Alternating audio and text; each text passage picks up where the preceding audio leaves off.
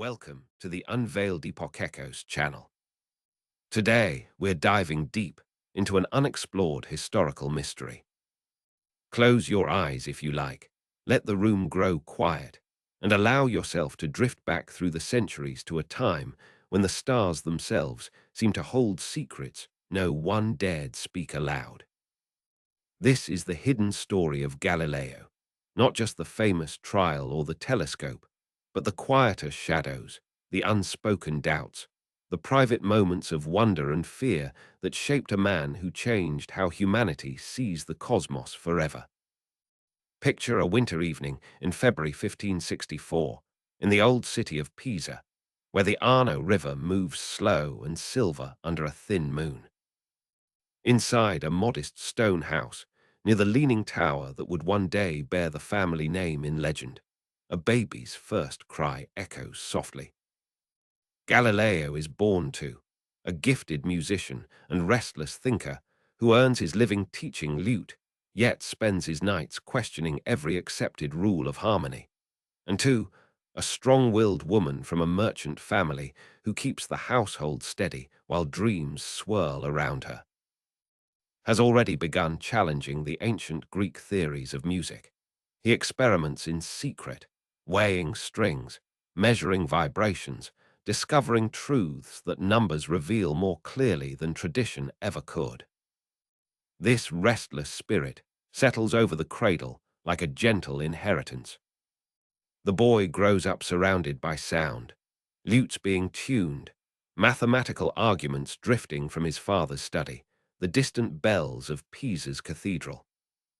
Young Galileo is curious the way a cat is curious, quiet, watchful, unable to leave anything alone. He sketches machines that could lift water or grind grain more easily, builds tiny models from wood scraps, asks questions that make his tutors frown. His father, practical and burdened with debts, decides the boy must study medicine, steady income, respectability, security. In 1581, Galileo enrolls at the University of Pisa, 17 years old, dressed in the red robe of a medical student. But something else calls to him. One quiet afternoon in the cathedral, he notices a bronze lamp swaying gently after being lit. He times its swings against his own pulse and realizes, slowly, almost in a whisper to himself, that each swing takes the same amount of time no matter how wide the arc. A hidden pattern, unnoticed for centuries, right there in the dim, incense-scented air. Medicine begins to feel small. Mathematics feels vast. He starts attending lectures on Euclid and Archimedes in secret, borrowing forbidden books, staying up late with candle stubs, tracing diagrams on scraps of paper. His father argues, pleads, threatens to cut support, but Galileo has already stepped across an invisible threshold. The world is not what the ancients said it must be.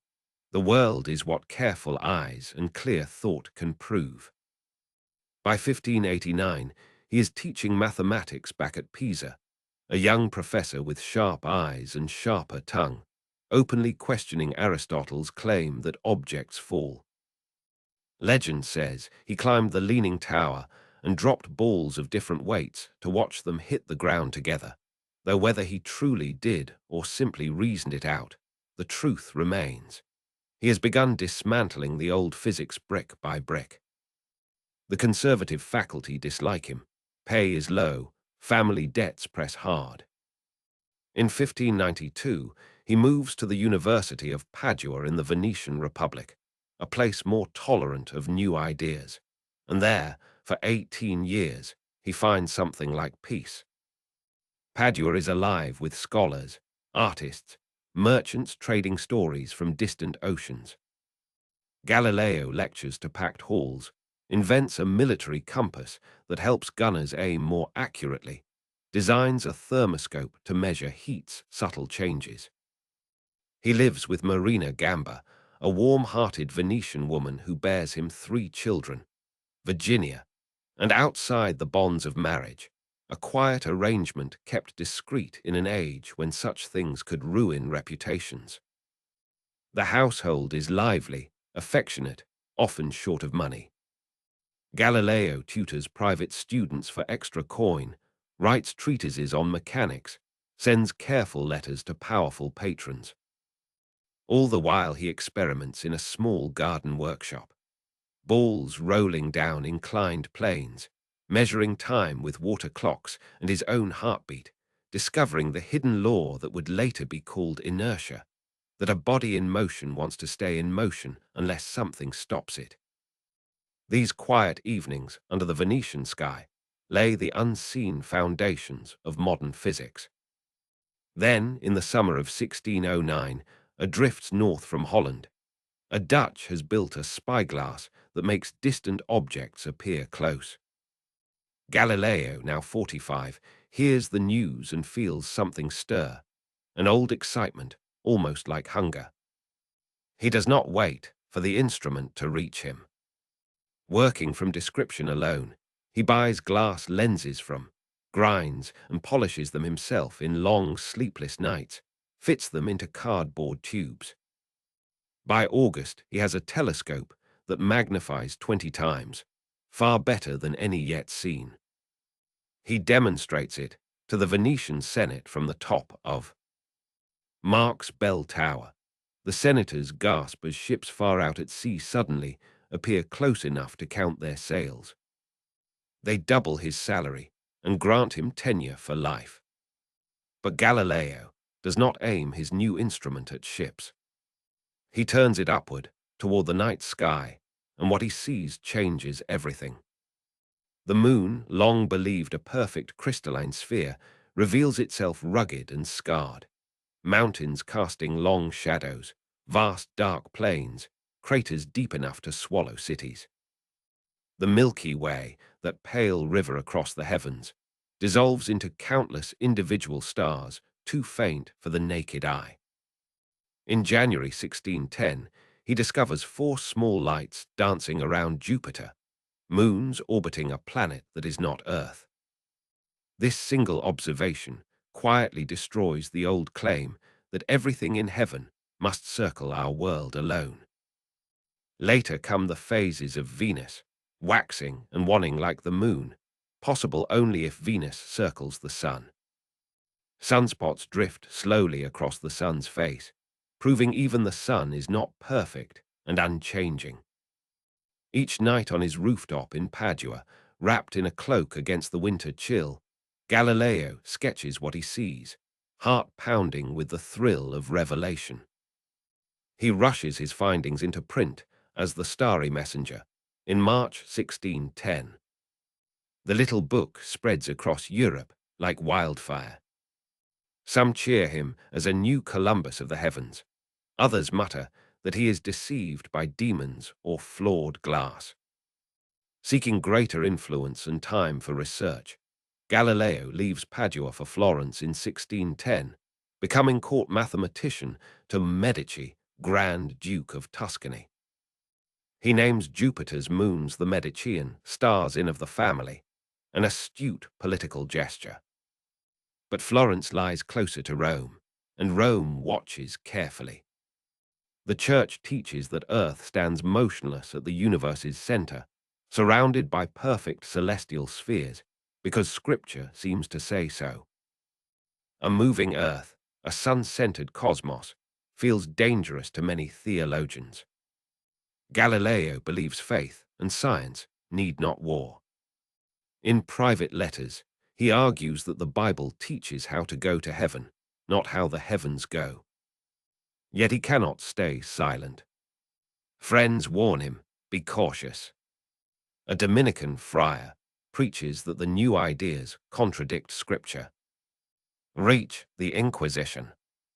In 1616, the Holy Office declares heliocentric theory formally heretical and admonishes Galileo personally. Abandon these opinions. He agrees outwardly, but the fire inside does not dim. For years he writes carefully, publishes on comets and tides, argues that the ocean's tides are evidence of Earth's motion. great sloshing waves caused by our planet's daily turn and yearly journey around the sun. In 1623, his book The Assayer appears, a brilliant of the new scientific method. Observe, measure, test, trust evidence over ancient authority. But tension builds like a gathering storm. In 1632, with a new pope, Urban VIII, once a friend and admirer, Galileo publishes his masterpiece, Dialogue Concerning the Two Chief World Systems. He frames it as a conversation between three friends, one defending the old Earth-centered view, one the Copernican, and a wise, neutral listener. The Copernican advocate speaks most persuasively. The traditionalist, named, often sounds foolish. Urban feels mocked.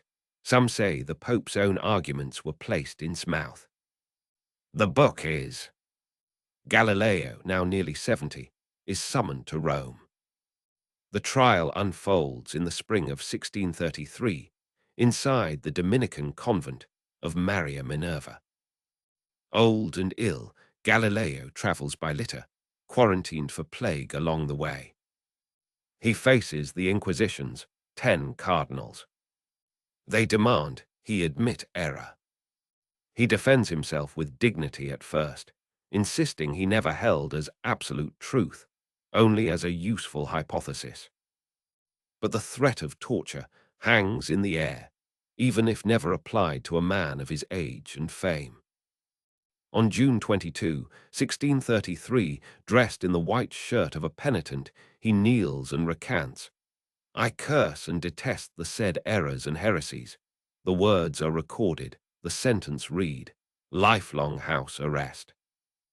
He returns first to Siena under the care of a friendly archbishop, then to his quiet villa at near Florence.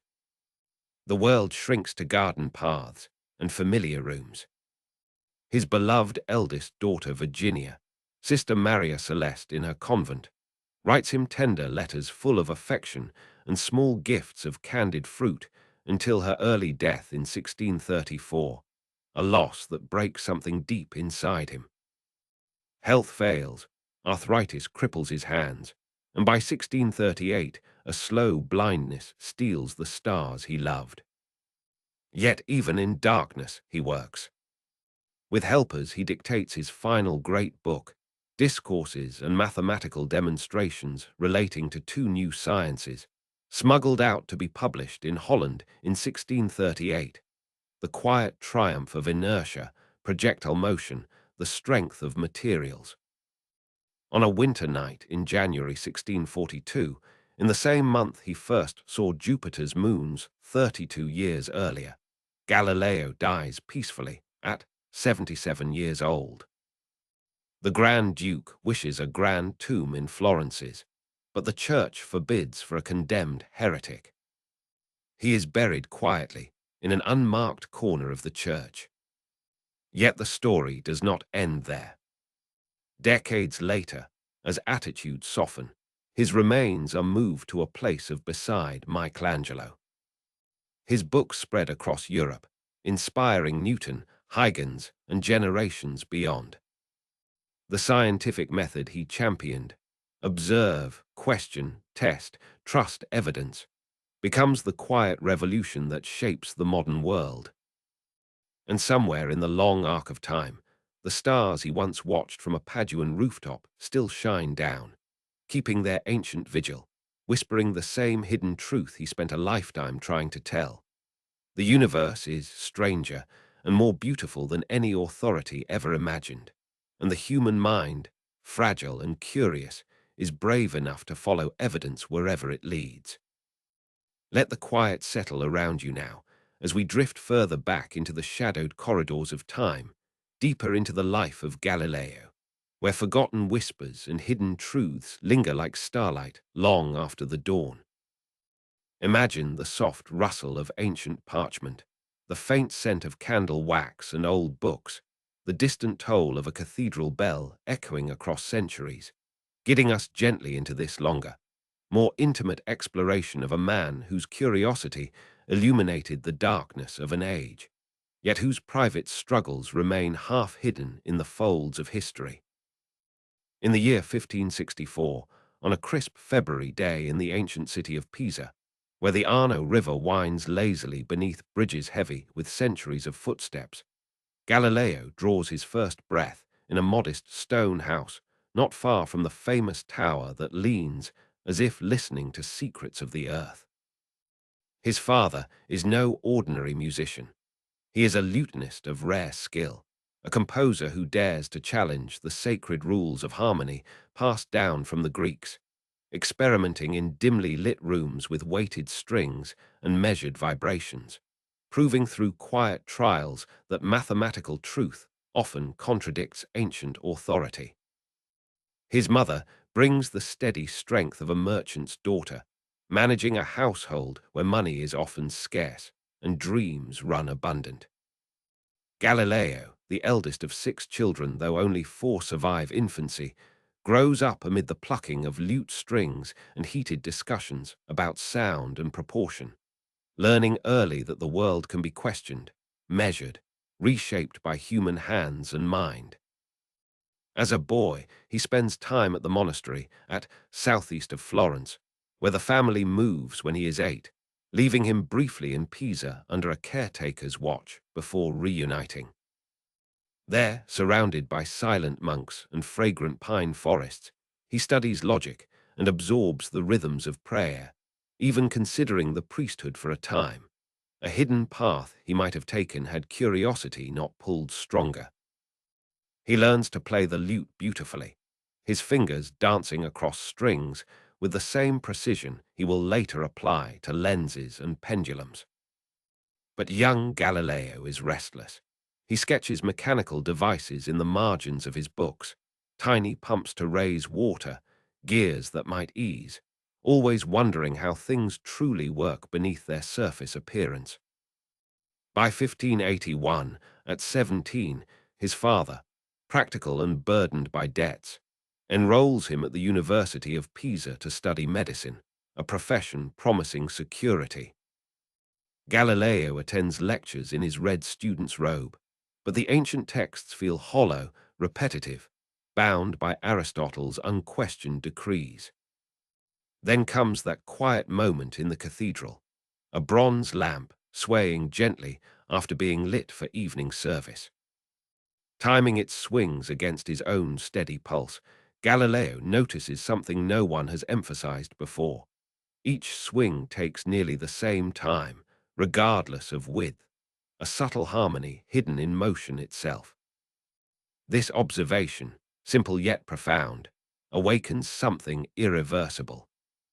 He begins sneaking into mathematics lectures on Euclid and Archimedes, borrowing books under cover of night, tracing geometric proofs until dawn. Medicine fades, mathematics and natural philosophy consume him.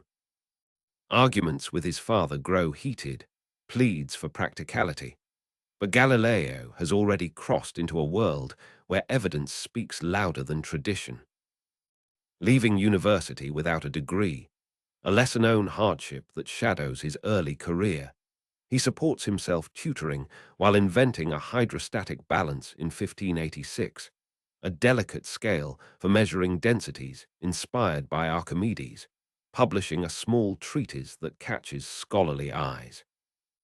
In 1588, he lectures on the geometry of Dante's Inferno at the Florentine Academy, calculating the precise dimensions of hell itself from poetic descriptions, a whimsical yet rigorous exercise revealing his playful precision. By 1589, he secures the mathematics chair at Pisa, but salary is meager, faculty conservative. He openly challenges Aristotle's claim that bodies fall, conducting careful thought experiments and perhaps quiet drops from the Leaning Tower, though the story grows in legend more than record.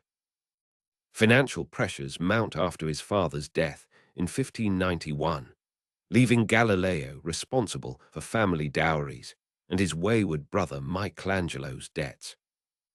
In 1592, he moves to the freer air of Padua in the Venetian Republic, teaching geometry, mechanics, and astronomy for 18 fruitful years. Here he invents the thermoscope, a glass tube showing heat's expansion in air, a forerunner to the thermometer, and patents a horse-powered water pump. Most lucratively, he designs the geometric and military compass around 1597, a sophisticated calculating tool for gunners, surveyors, and merchants, producing over 100 with the help of an artisan, selling them with private lessons that finally ease his money worries. Evenings find him in a small garden workshop, rolling balls down inclined planes crafted from smooth wood, timing their descent with water clocks or his heartbeat, discovering the quiet law that acceleration is constant, distance grows with the square of time, foundations of modern physics laid in patient solitude. In Padua, he lives with Marina Gamba, a warm Venetian woman of modest means, never marrying yet a deep affection. She bears him 3 children, Virginia in 1600, in 1601, and in 1606, all illegitimate in the eyes of strict society, a hidden burden that will shape their fates. The household is lively with children's laughter and Galileo's demonstrations of pulleys or magnets, but propriety demands discretion. When he later moves to Florence, the daughters, deemed unmarriageable without enormous dowries he cannot provide, enter the poor convent of Sanat, taking vows as Sister Maria Celeste and Sister, is later legitimized and marries. Then comes 1609, a turning point veiled in quiet urgency. News arrives from Holland of a spyglass magnifying distant objects. Galileo, now 45, does not wait. He acquires lenses from grinding and polishing through long nights, assembling tubes that magnify first 8, then 20, then 30 times, demonstrating an early version from Marx Campanile. He astonishes Venetian senators with ships appearing suddenly close on the horizon. They reward him handsomely with lifetime tenure and doubled salary. But his true gaze turns skyward. Night after night on his Paduan rooftop, wrapped against chill, he sketches what no human eye has clearly seen. The moon not a perfect sphere, but a rugged world of mountains casting sharp shadows, vast dark plains, deep craters, a forgotten truth that the heavens bear scars like earth. In January 1610, he spots 4 star-like points near Jupiter, watching them night by night as they shift positions, orbiting the giant planet, proof that not everything circles Earth alone. He names them the Medicean stars after his future patrons, though today we call them the Galilean moons, Io, Europa, Ganymede, Callisto. Venus reveals phases like our moon, possible only if it orbits the sun. Sunspots drift across the solar face, blemishes on what was deemed perfect, sparking a bitter priority dispute with Jesuit. The Milky Way dissolves into countless individual stars, too faint and numerous for naked eyes. Even Saturn shows strange appendages, its rings, misunderstood until better telescopes. These revelations rush into print, as in March 1610, a slim volume that shakes Europe. Some hail him, others whisper of deception or demonic influence. Seeking greater influence, Galileo moves to Florence as court philosopher to Grand Duke II, but proximity to Rome brings danger closer. He believes science and scripture can harmonize, writing in 1613 to disciple that the Bible teaches salvation, not astronomy. The letter circulates, drawing accusations. In 1615, he expands this in a longer letter to Grand Duchess Christina for allegorical interpretation of passages seeming to claim a stationary earth, a bold yet conciliatory stance. Yet warnings come. In 1616, the Inquisition declares heretical, and Cardinal personally admonishes Galileo to abandon it as more than hypothesis. He complies outwardly, turning to safer topics like comets, but tension simmers. In 1619, he debates Jesuit on comets' nature, publishing through a student before unleashing the Assayer in 1623, a masterpiece of witty polemic dedicated to new Pope Urban VIII, that the universe is written in mathematical language, its characters triangles and circles, accessible only through observation and experiment. Urban is charmed, at first. With papal encouragement to discuss world systems hypothetically, Galileo 6 years on his dialogue concerning the two chief world systems, published 1632. Framed as conversation among three friends, the Copernican sage, the intelligent neutral, the bumbling Aristotelian, the book makes shine while stumbles. Urban, vain, and paranoid amid wars, feels mocked by arguments echoing his own earlier views. The book is Galileo Summoned to Rome. Old and ill, he travels slowly in winter 1633, quarantined for plague, housed under Inquisition watch.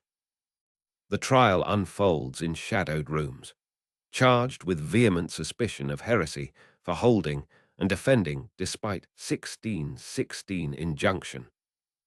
A recently discovered letter from 1613, long lost and found in 2018, reveals he once toned down stronger wording to evade censors, a hidden act of cautious defiance. Threat of torture looms, though never applied to one so aged and famous. On June 22, he kneels in penitential white, recanting, "I curse and detest the said errors." Legend whispers, he muttered, "See, and yet it moves," though no record confirms this quiet rebellion. Sentenced to house arrest, he returns first to Siena, then his villa at. The world narrows to garden paths and familiar walls, yet his mind roams free.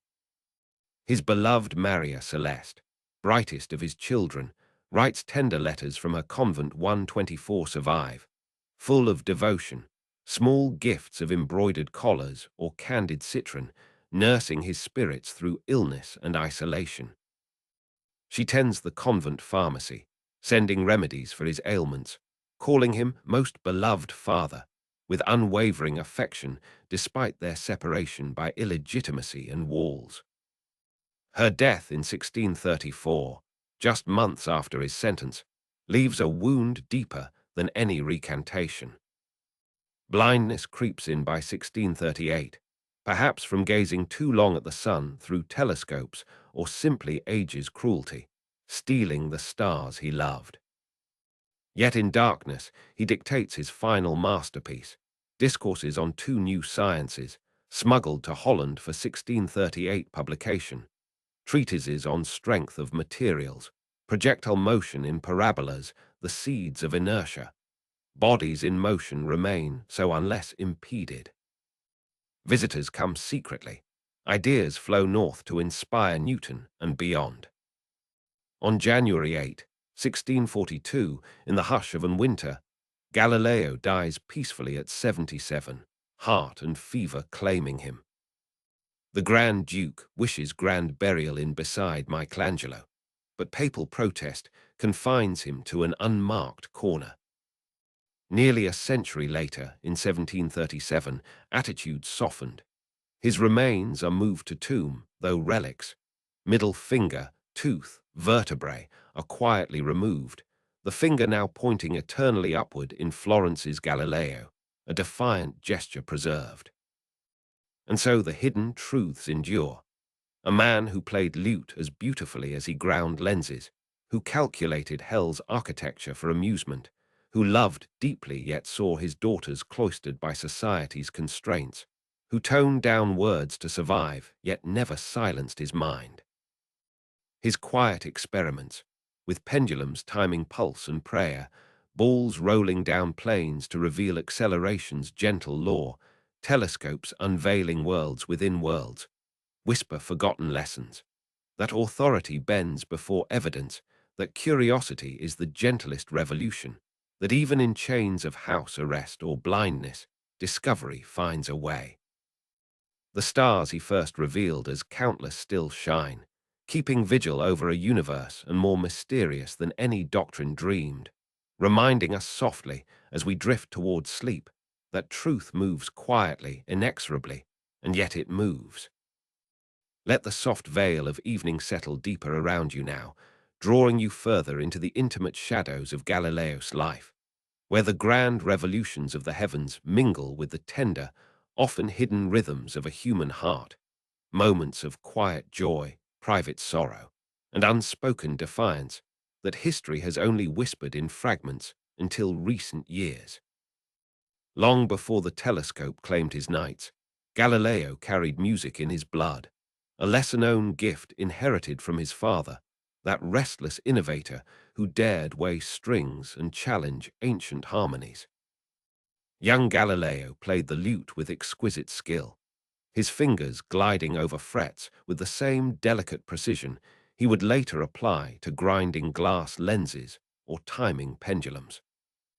In quiet evenings at home, he composed pieces or improvised melodies that echoed the mathematical proportions he loved, blending art and science in ways few noticed, a hidden harmony where sound revealed truths about vibration and ratio, much as falling bodies would later reveal laws of motion. Even in later years, confined to house arrest, he requested lutes be sent to him, finding solace in strings when stars were stolen from his sight. His personal life held deeper privacies, veiled by the strict customs of his time.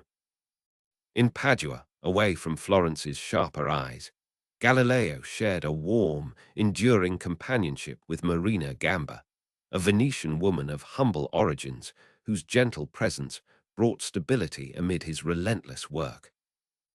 They never married. Scholars often avoided wedlock to preserve freedom for study and travel, but their bond produced 3 children. Virginia in 1600, bright and devout; in 1601, more reserved; and in 1606, the longed-for son. These children, born out of wedlock, carried a quiet stigma in 17th-century Italy. The daughters, deemed unmarriageable without dowries Galileo could scarcely afford amid family debts and his own modest salaries, entered the Franciscan convent of San while still young teens. Virginia took the name Sister Maria Celeste, a choice reflecting her father's celestial passions, became Sister. Yet from those convent walls flowed one of history's most touching correspondences, a treasure rediscovered and translated in modern times. Of the hundreds of letters exchanged, only Maria Celeste's 124 survive, Galileo's replies lost perhaps to time or deliberate destruction. Written between 1623 and 1633, these letters paint a portrait of extraordinary devotion. She calls him most illustrious and beloved father, signs as your most affectionate daughter, sends handmade collars embroidered with care, candid citron from the convent garden, herbal remedies from the pharmacy she managed with skill. During his trial and isolation, she transcribed his works, prayed fervently for his safety, shared small convent news, a new abbess, a plague outbreak, the joy of fresh oranges to lift his spirits. When blindness darkened his final years, she mourned the stars he could no longer see, writing tenderly of how God might grant him inner visions instead. Her early death in 1634, just after nursing the convent through plague, struck Galileo like a second condemnation. He wrote that losing her eclipsed all other sufferings. Less celebrated than his telescope are Galileo's quieter inventions, born of practical need and restless curiosity. In 1586, inspired by Archimedes, he crafted a hydrostatic balance for weighing objects in water, determining densities with elegance, a tool prized. Around 1597 came the geometric and military compass, a sophisticated sector with engraved scales for calculations in artillery, surveying, fortification. He produced and sold over 100 with an artisan's help, tutoring buyers privately to supplement income, an early glimpse of the scientist as entrepreneur.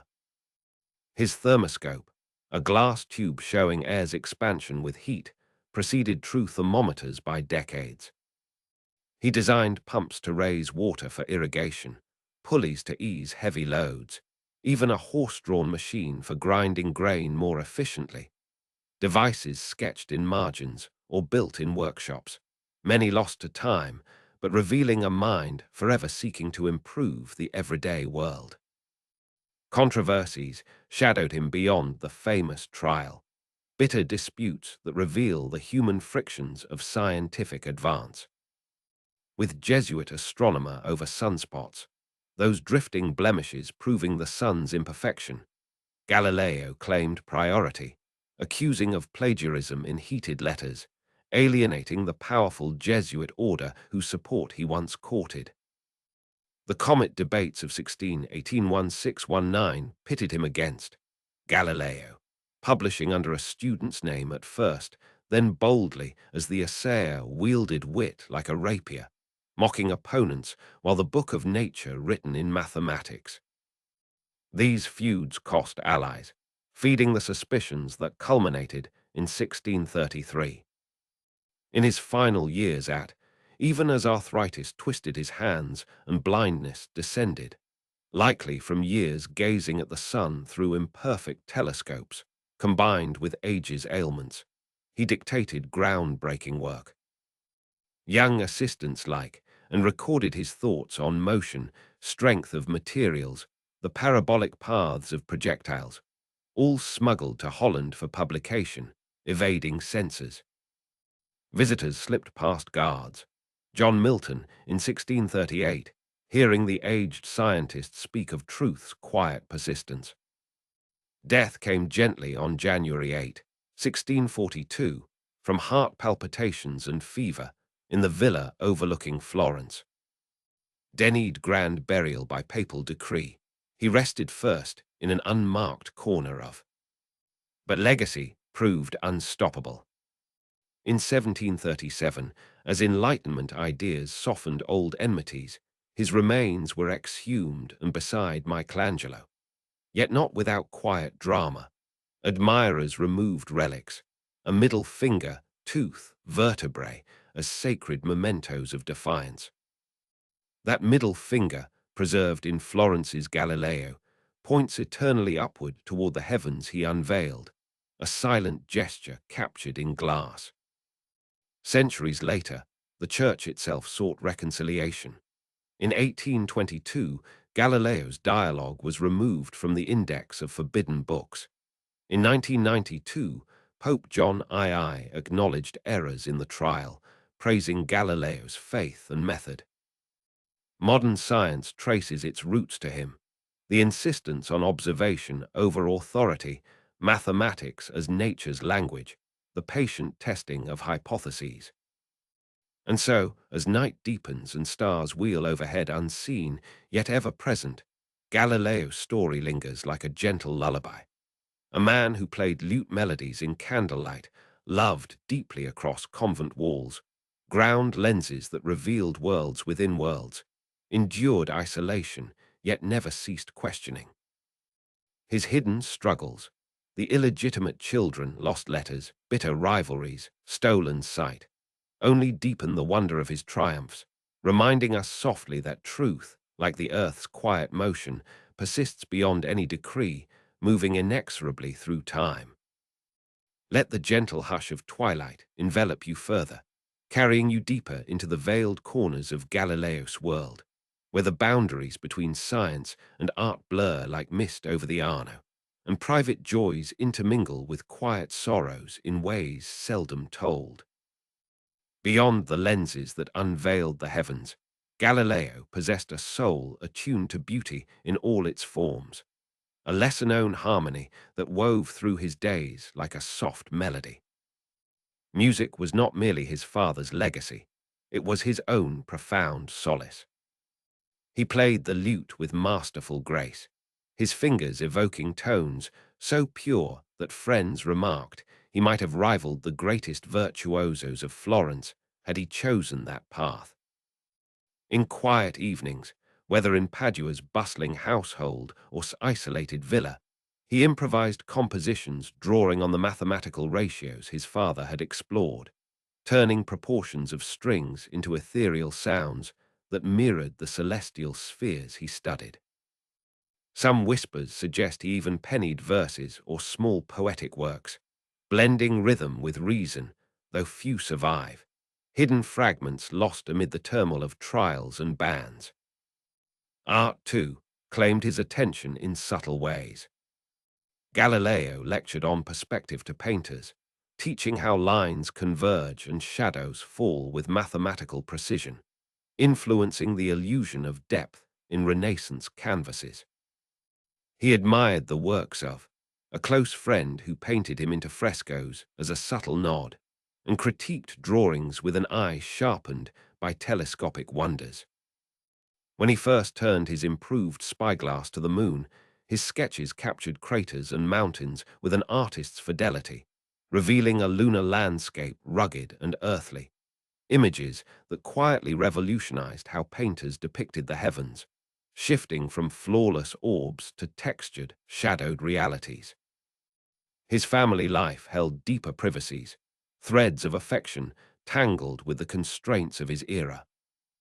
His mother, a woman of strong opinions and sharp tongue, often clashed with over-money and ambitions, creating a household where young Galileo learned early the art of navigating tensions.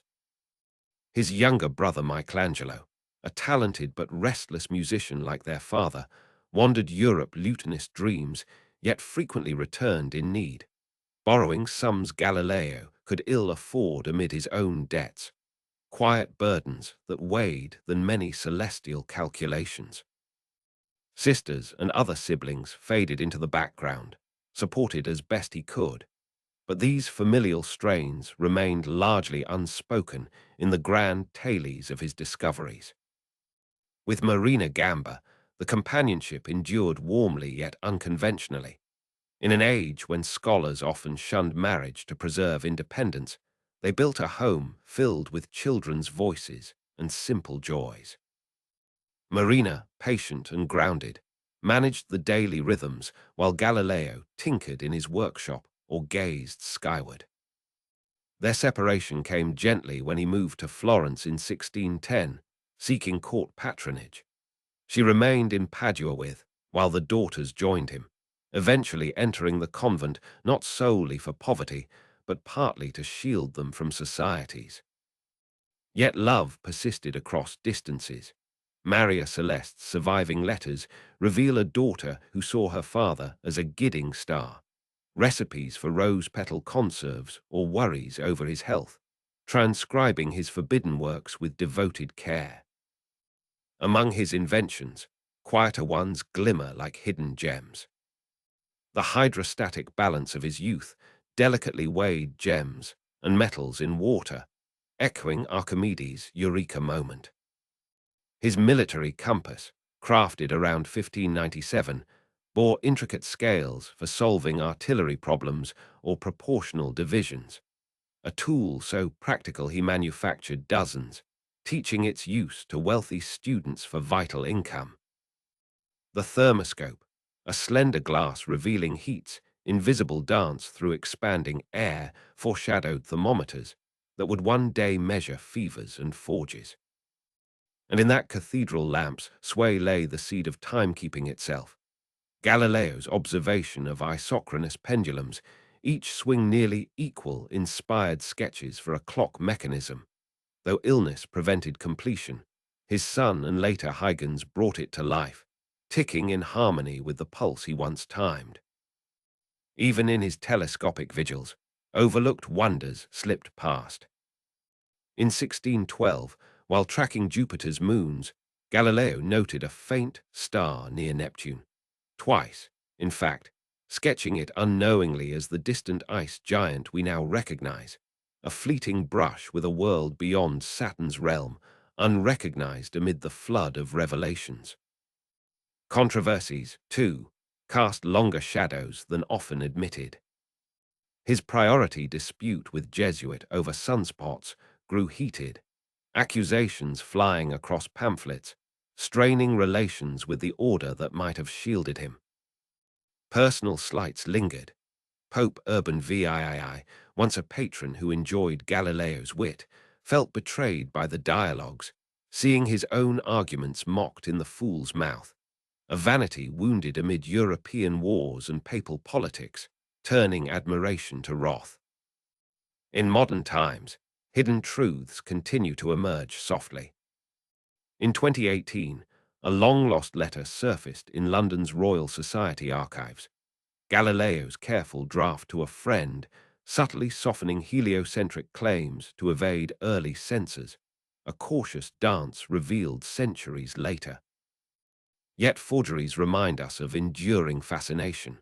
A prized manuscript at the University of Michigan long thought Galileo's notes on his telescope, proved in 2022 a 20th century fake by the notorious watermarks and handwriting betraying the deception, a modern mystery wrapped around an ancient genius. After his passing, relics carried quiet defiance. When remains moved to rest in 1737, devotees discreetly preserved a middle finger, tooth, and vertebrae. The finger now encased in Florence's museum, raised eternally toward the sky he unveiled, a gesture preserved in glass, as if still pointing to truths beyond authority. And so, drifting gently through these lesser-told layers, the lute's lingering notes, the artist's precise eye, the family's tender burdens, the overlooked star that was a planet, the forgeries and found letters of our own era, Galileo's essence reveals itself fuller, more human, a seeker blending music and mathematics, art and astronomy, love and loss, whose curiosity illuminated not just the cosmos, but the quiet depths of the soul. The stars, countless as he first showed, keep their patient watch, inviting us to wonder softly as sleep approaches, that in every hidden corner of history lies a spark waiting for curious eyes. Let the velvet hush of deepest night draw you even closer now, into those softly illuminated corners of Galileo's world, where science danced quietly with art, faith, and the subtle mysteries of perception, layers often overlooked amid the brighter glare of telescopes and trials. Long before the stars commanded his gaze, Galileo nourished a profound kinship with the arts, a thread woven from his father's innovative spirit into the fabric of his own curiosity. Ever the experimenter, had boldly challenged the ancient Pythagorean scales by weighing strings and testing tensions, proving through quiet trials that equal lengths did not always yield perfect consonances, as tradition claimed, a gentle rebellion against authority that his son would echo in grander realms. Galileo himself became a lutenist of rare sensitivity, his playing praised by contemporaries as rivaling professionals. In the warm evenings of Padua or the secluded quiet of, he would draw melodies from the instrument that seemed to mirror the harmonious proportions he sought in nature, blending mathematical ratios with emotional depth in ways that few scientists of his time dared explore. This artistic soul extended to the visual realm in subtle, influential ways. Galileo befriended painters of the Florentine circle, including a master who incorporated Galileo's lunar discoveries into sacred art, a hidden revolution in depiction. In's fresco of the Assumption of the Virgin in the Dome of Maria in Rome, completed around 1612, the moon beneath Mary's feet appears not as the flawless orb of tradition, but pitted and cratered, shadowed and rugged, directly inspired by Galileo's telescopic sketches.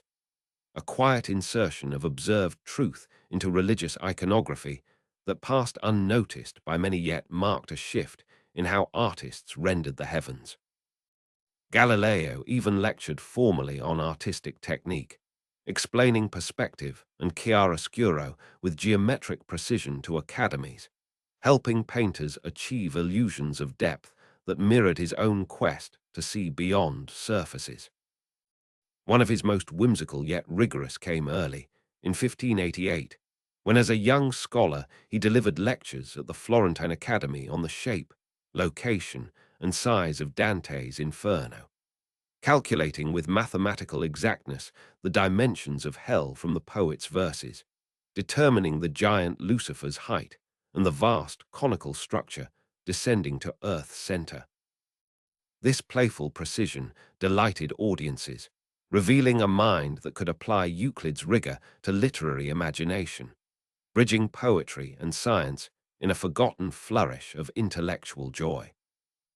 Even in his celestial vigils, overlooked wonders slipped through like fleeting dreams. While tracking Jupiter's moons in late 1612 and early 1613, Galileo noted a faint star nearby that shifted position over nights, unwittingly sketching the planet Neptune, eighth from the Sun, a distant wanderer unrecognized for centuries until better instruments confirmed it in 1846. He dismissed it as ordinary amid the flood of greater revelations, yet it stands as a hidden brush with a world far beyond Saturn's realm.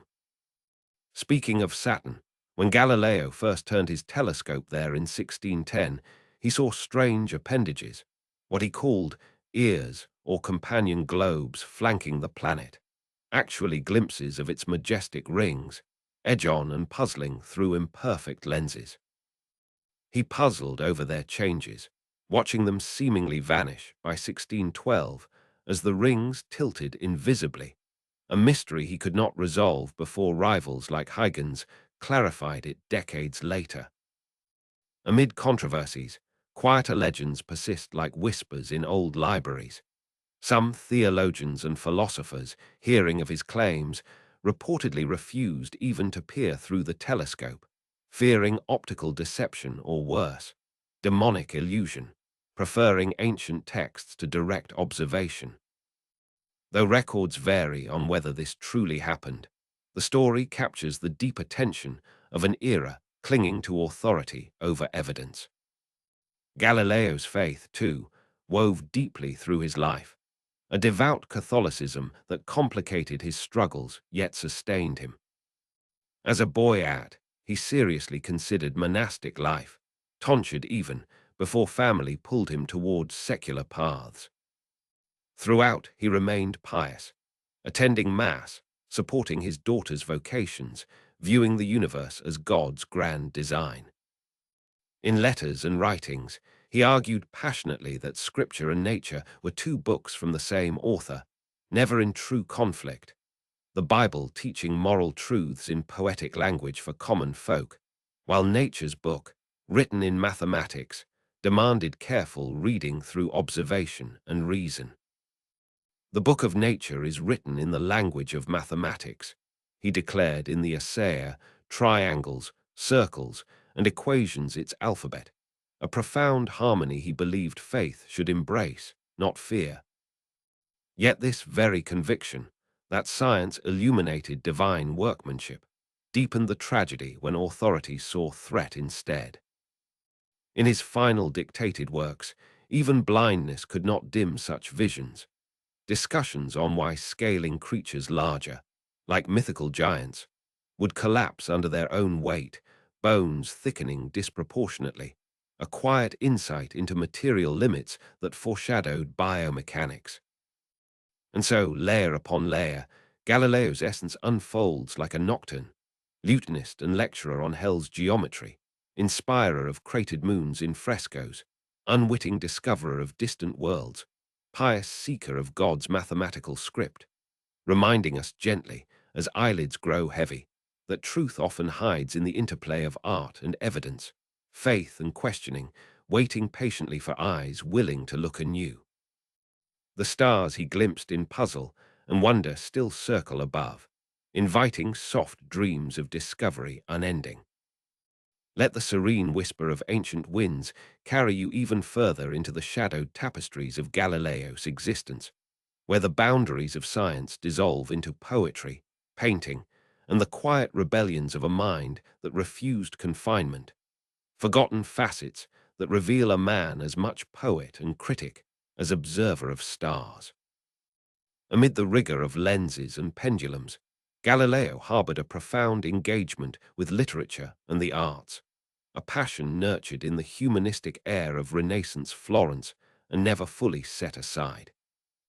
As a young man, he immersed himself in the Italian term embracing drawing and design. At the Dell, even a position as instructor there in 1588, teaching the principles of perspective and proportion that bridged mathematical precision with aesthetic grace.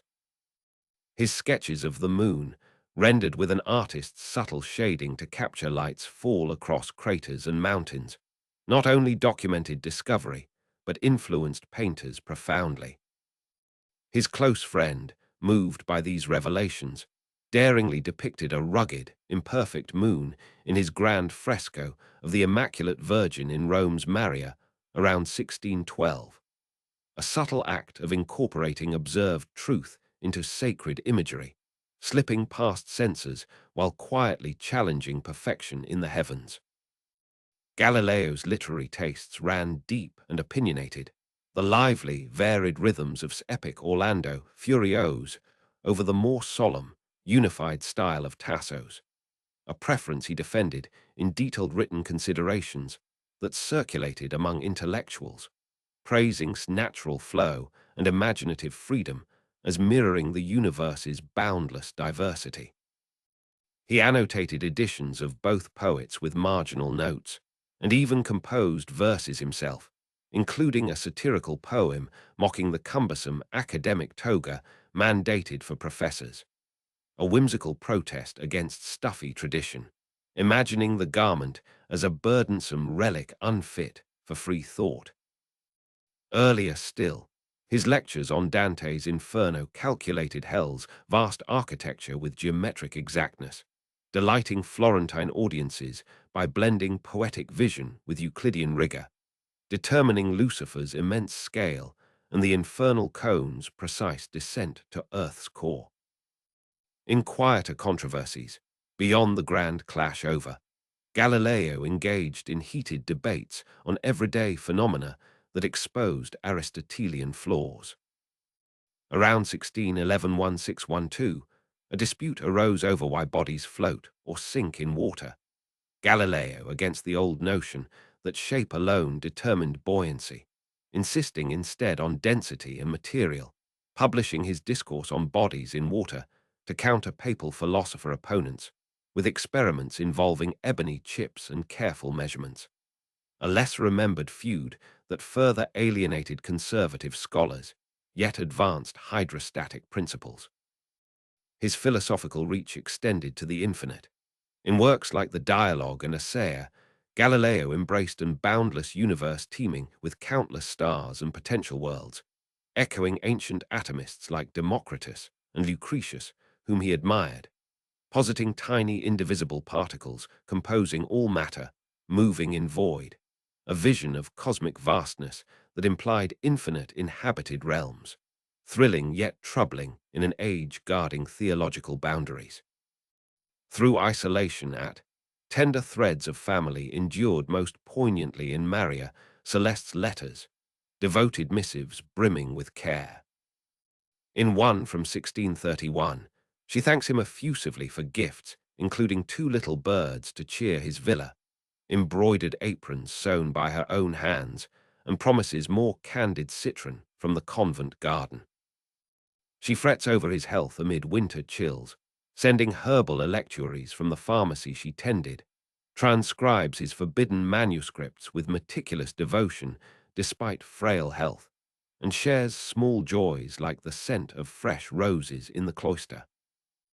Always addressing him as most illustrious and beloved Lord Father, she signs with unwavering affection, offering prayers for his trials and envisioning divine compensation for earthly sufferings, a correspondence of profound intimacy.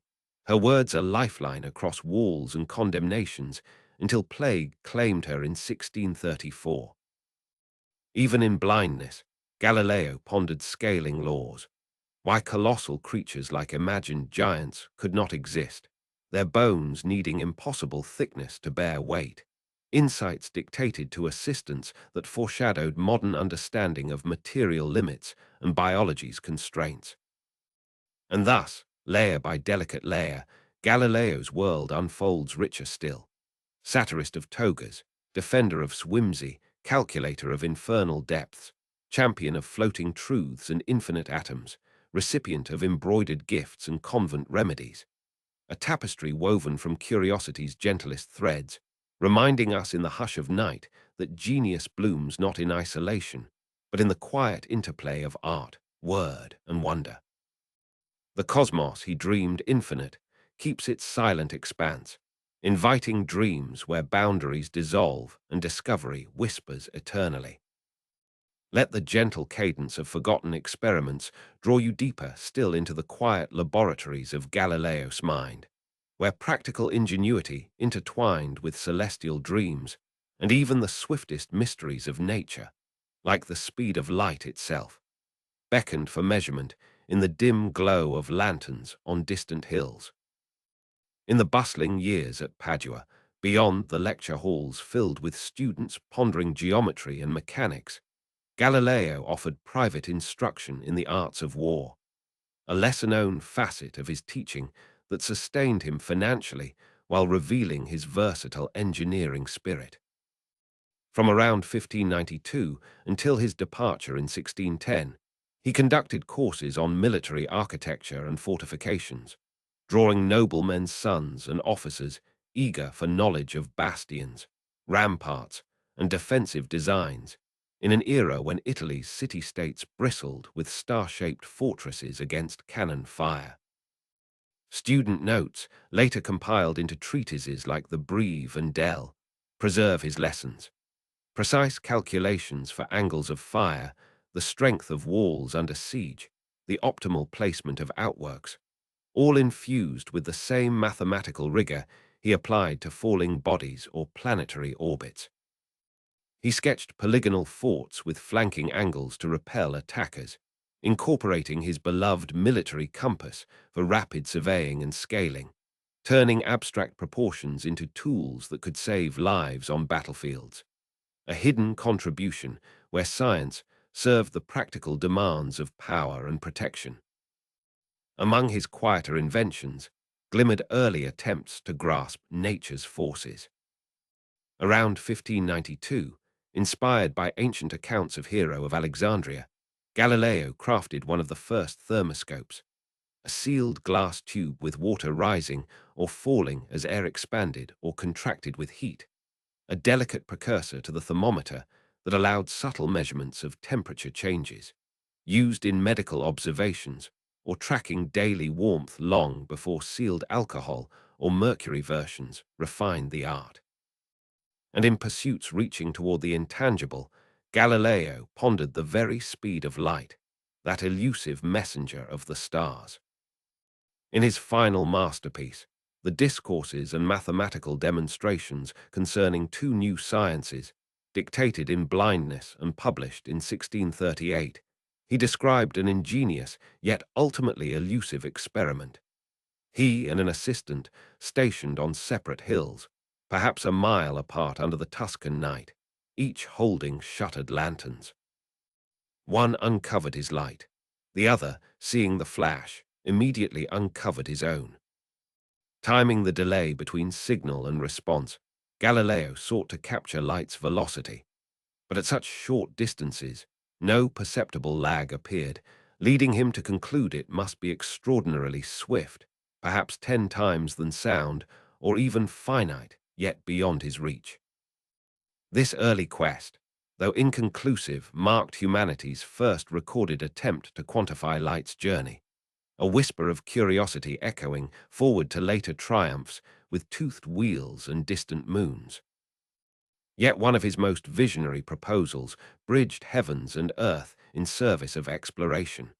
The use of Jupiter's moons, those faithful attendants he had discovered dancing around the giant planet, as a celestial clock for solving the ancient mariner's riddle of longitude.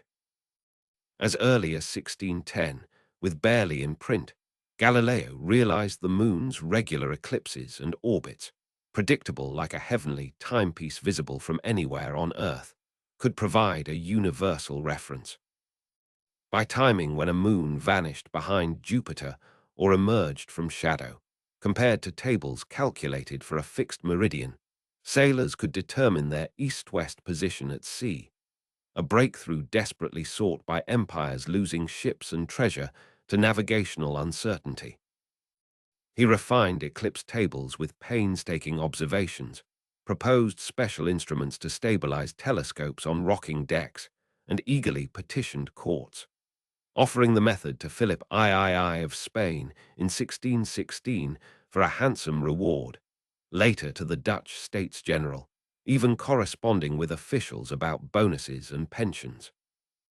Though promising on land, used for mapping and surveying, the technique faltered at sea, where ship motion blurred views and clouds obscured critical moments, delaying its practical adoption until better telescopes and chronometers centuries later. Still, in quiet irony, modern satellite navigation echoes Galileo's dream. GPS reliant on atomic clocks in orbiting craft, timing signals much as he imagined Jupiter's moons timing the globe. These veiled fortresses sketched against siege, glass tubes sensing heat's invisible shift, lanterns flashing across hills in pursuit of light's fleetness, Jovian eclipses offered as keys to the oceans, paint Galileo fuller still. Not merely stargazer or condemned heretic, but practical innovator, teacher of war's geometry, dreamer of tools to conquer distance and uncertainty, his curiosity reaching from battlefield ramparts to the boundless speed of photons themselves. And so, as the night deepens in soft layers, these hidden pursuits linger like faint lantern glows on distant ridges, reminding us gently that every great mind harbors quiet experiments, patient failures, visionary proposals awaiting time's gentle unfolding. The cosmos, swift and vast, carries its secrets onward, inviting dreams where light travels endless paths and discovery knows no bounds. Let the tranquil glow of candlelit studies guide you onward through the veiled passages of Galileo's days, where ingenuity flickered like distant stars, and even the simplest tools concealed profound quests for understanding, secrets guarded by clever codes, and quiet experiments that bridged the earthly and the eternal. In the vibrant intellectual circles of Padua and Florence, Galileo's mind often wandered into the realms of protection and priority, a lesser-told caution born from an era rife with plagiarism and rivalry. Aware that his groundbreaking observations could be claimed by others before he fully published, he devised an ingenious safeguard, encoding his discoveries in anagrams, scrambled Latin phrases that only he could rearrange to reveal their true meaning. When the phases of Venus first appeared through his telescope in 1610, waxing and waning like the moon in a dance that proved the planet orbited the sun, Galileo did not rush to print. Instead, he dispatched a cryptic message to Medici and other patrons. HACIMMATURA, MEIAM, FIUSTRA, LEGUNTURO. Why? A jumble that, when unscrambled, formed CINTHA, FIGURS, AMULATUR mater, AMOIUM. Translating to the Mother of Love emulates the figures of, a poetic nod to Venus mirroring the moon's shapes. This clever veil allowed him to establish precedents without immediate revelation, a hidden game of words that secured his claims amid the whispers of envious scholars. Such prudence extended to his myriad inventions, where practicality met whimsy in designs often overlooked in tales of telescopes and trials. Amid the demands of teaching and family, Galileo sketched a mechanical tomato picker, a curious contraption of levers and scoops to harvest ripe fruit without bruising, born perhaps from conversations with farmers or his own garden musings. He also crafted a simple yet elegant system of candles and mirrors to redirect light through dim hallways, illuminating paths in modest homes or grand villas with thrift and clever angles, a forgotten flourish of everyday genius that mirrored his broader quest to bend light toward truth.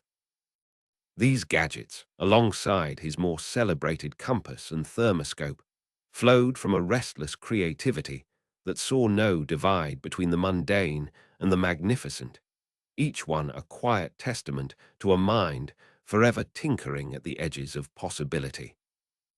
Literary passions, too, simmered beneath his scientific pursuits, offering solace and sharp debate in an age of poetic giants.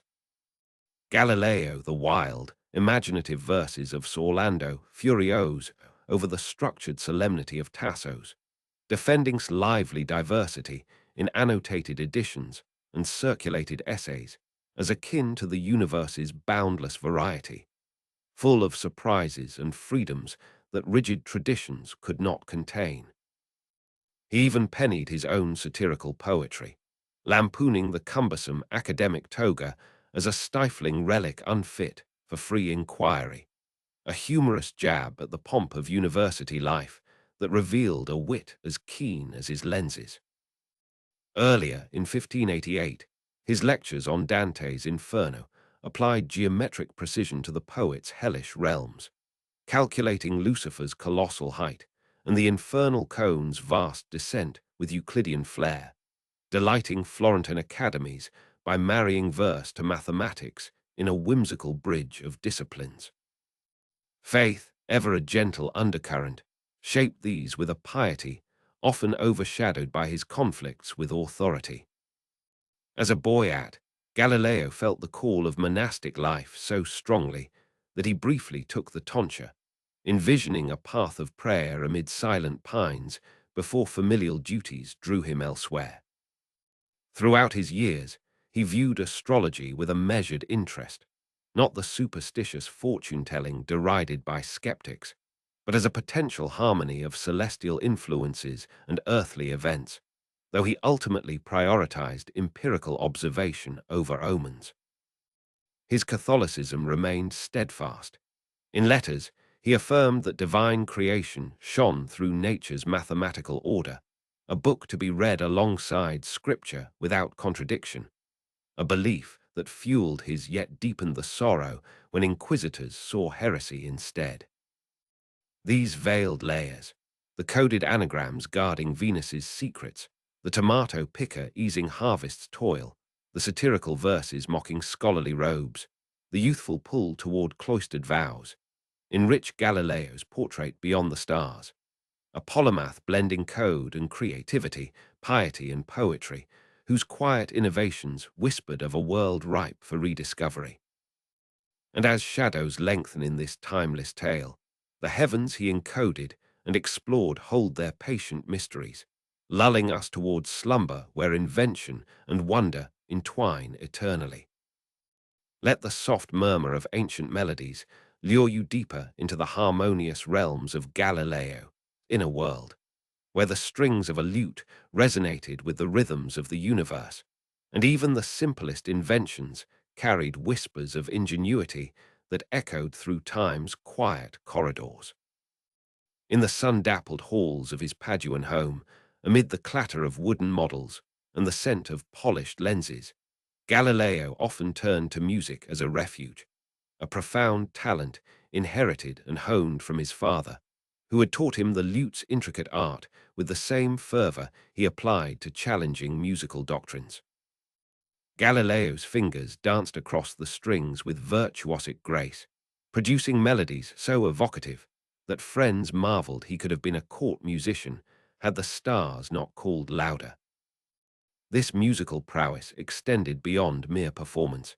In his treatise, or the Assayer, he explored the science of sound itself, realizing through quiet experiments, scraping chisels on brass plates to produce sparks and tones, that pitch arose from vibration's frequency, waves traveling invisibly through air much like light through ether. One lesser-known discovery came from these pursuits. By observing how finer filings produced higher notes when scraped, Galileo grasped that sound moved in waves, a hidden insight foreshadowing modern acoustics and linking the harmony of instruments to the cosmic order he sought in the heavens. Such blending of art and inquiry defined his inventive spirit, yielding curiosities that solved everyday puzzles with elegant simplicity. Beyond the celebrated compass and thermoscope, Galileo devised a mechanical tomato picker, a whimsical contraption of levers and baskets to gently harvest ripe fruit from vines without bruising, perhaps inspired by Tuscan gardens or conversations with farmers during his villa stays. He also fashioned a system of candles and angled mirrors to channel light through dim corridors, illuminating paths in modest homes or grand palaces with thrift and clever reflection. A forgotten innovation that mirrored his broader fascination with bending light, whether through prisms in quiet rooms or telescopes piercing the night. These gadgets, sketched hastily in notebooks amid grander theories, revealed a man whose curiosity knew no bounds, turning household needs into opportunities for discovery. Yet protection of such revelations demanded cunning in an age of eager rivals. To safeguard his findings from plagiarism, Galileo employed cryptic anagrams, scrambled Latin phrases dispatched to patrons as proof of priority, veils lifted only when ready. And Saturn's enigmatic ears first appeared in his telescope in 1610, strange appendages flanking the planet that vanished mysteriously by 1612. He encoded the observation as SMASMR later revealed as ALTSSIMUM, PLANETAM, TRGMINUM, OBSERVAVI, meaning, I have observed the highest planet triple-formed.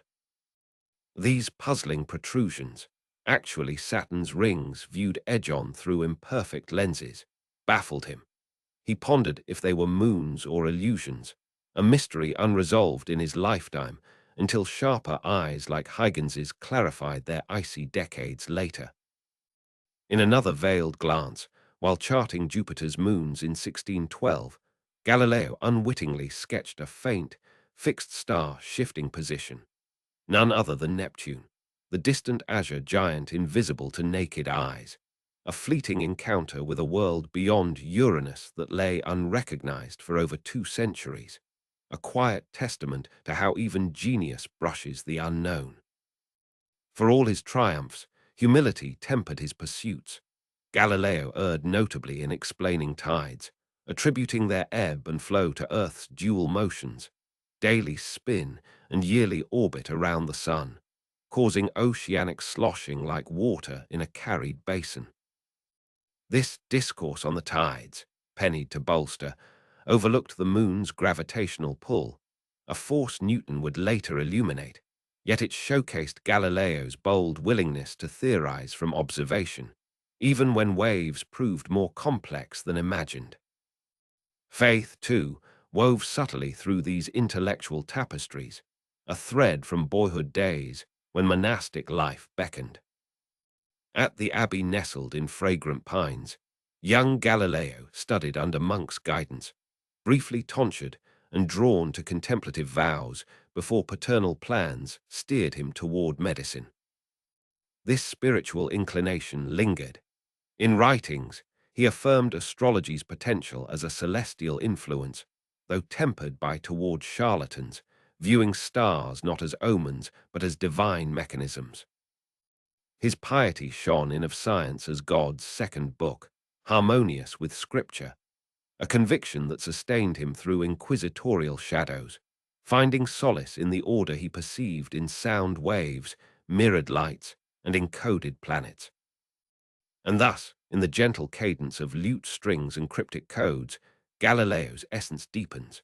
Musician of frequencies, inventor of harvest aids and light paths, unwitting witness to distant worlds, errant theorist of tides, once aspiring monk whose faith fueled rather than fettered inquiry. A mosaic of hidden harmonies inviting us to ponder. As slumber nears, the infinite ways curiosity composes the soul's quiet symphony. The vastness he glimpsed, from Saturn's veiled rings to Neptune's faint gleam, endures in silent rotation, lulling dreams where error and enlightenment entwine eternally. Let the faint echoes of lute strings from distant chambers beckon you further into the melodic heart of Galileo's life, where the vibrations of sound intertwined with the silent motions of the stars, revealing a man whose genius resonated in unexpected harmonies and hidden innovations that time has softly veiled. In the youthful days before the heavens claimed his full attention, Galileo's spirit nearly turned toward a path of quiet devotion, a lesser-known longing that stirred in his boyhood heart.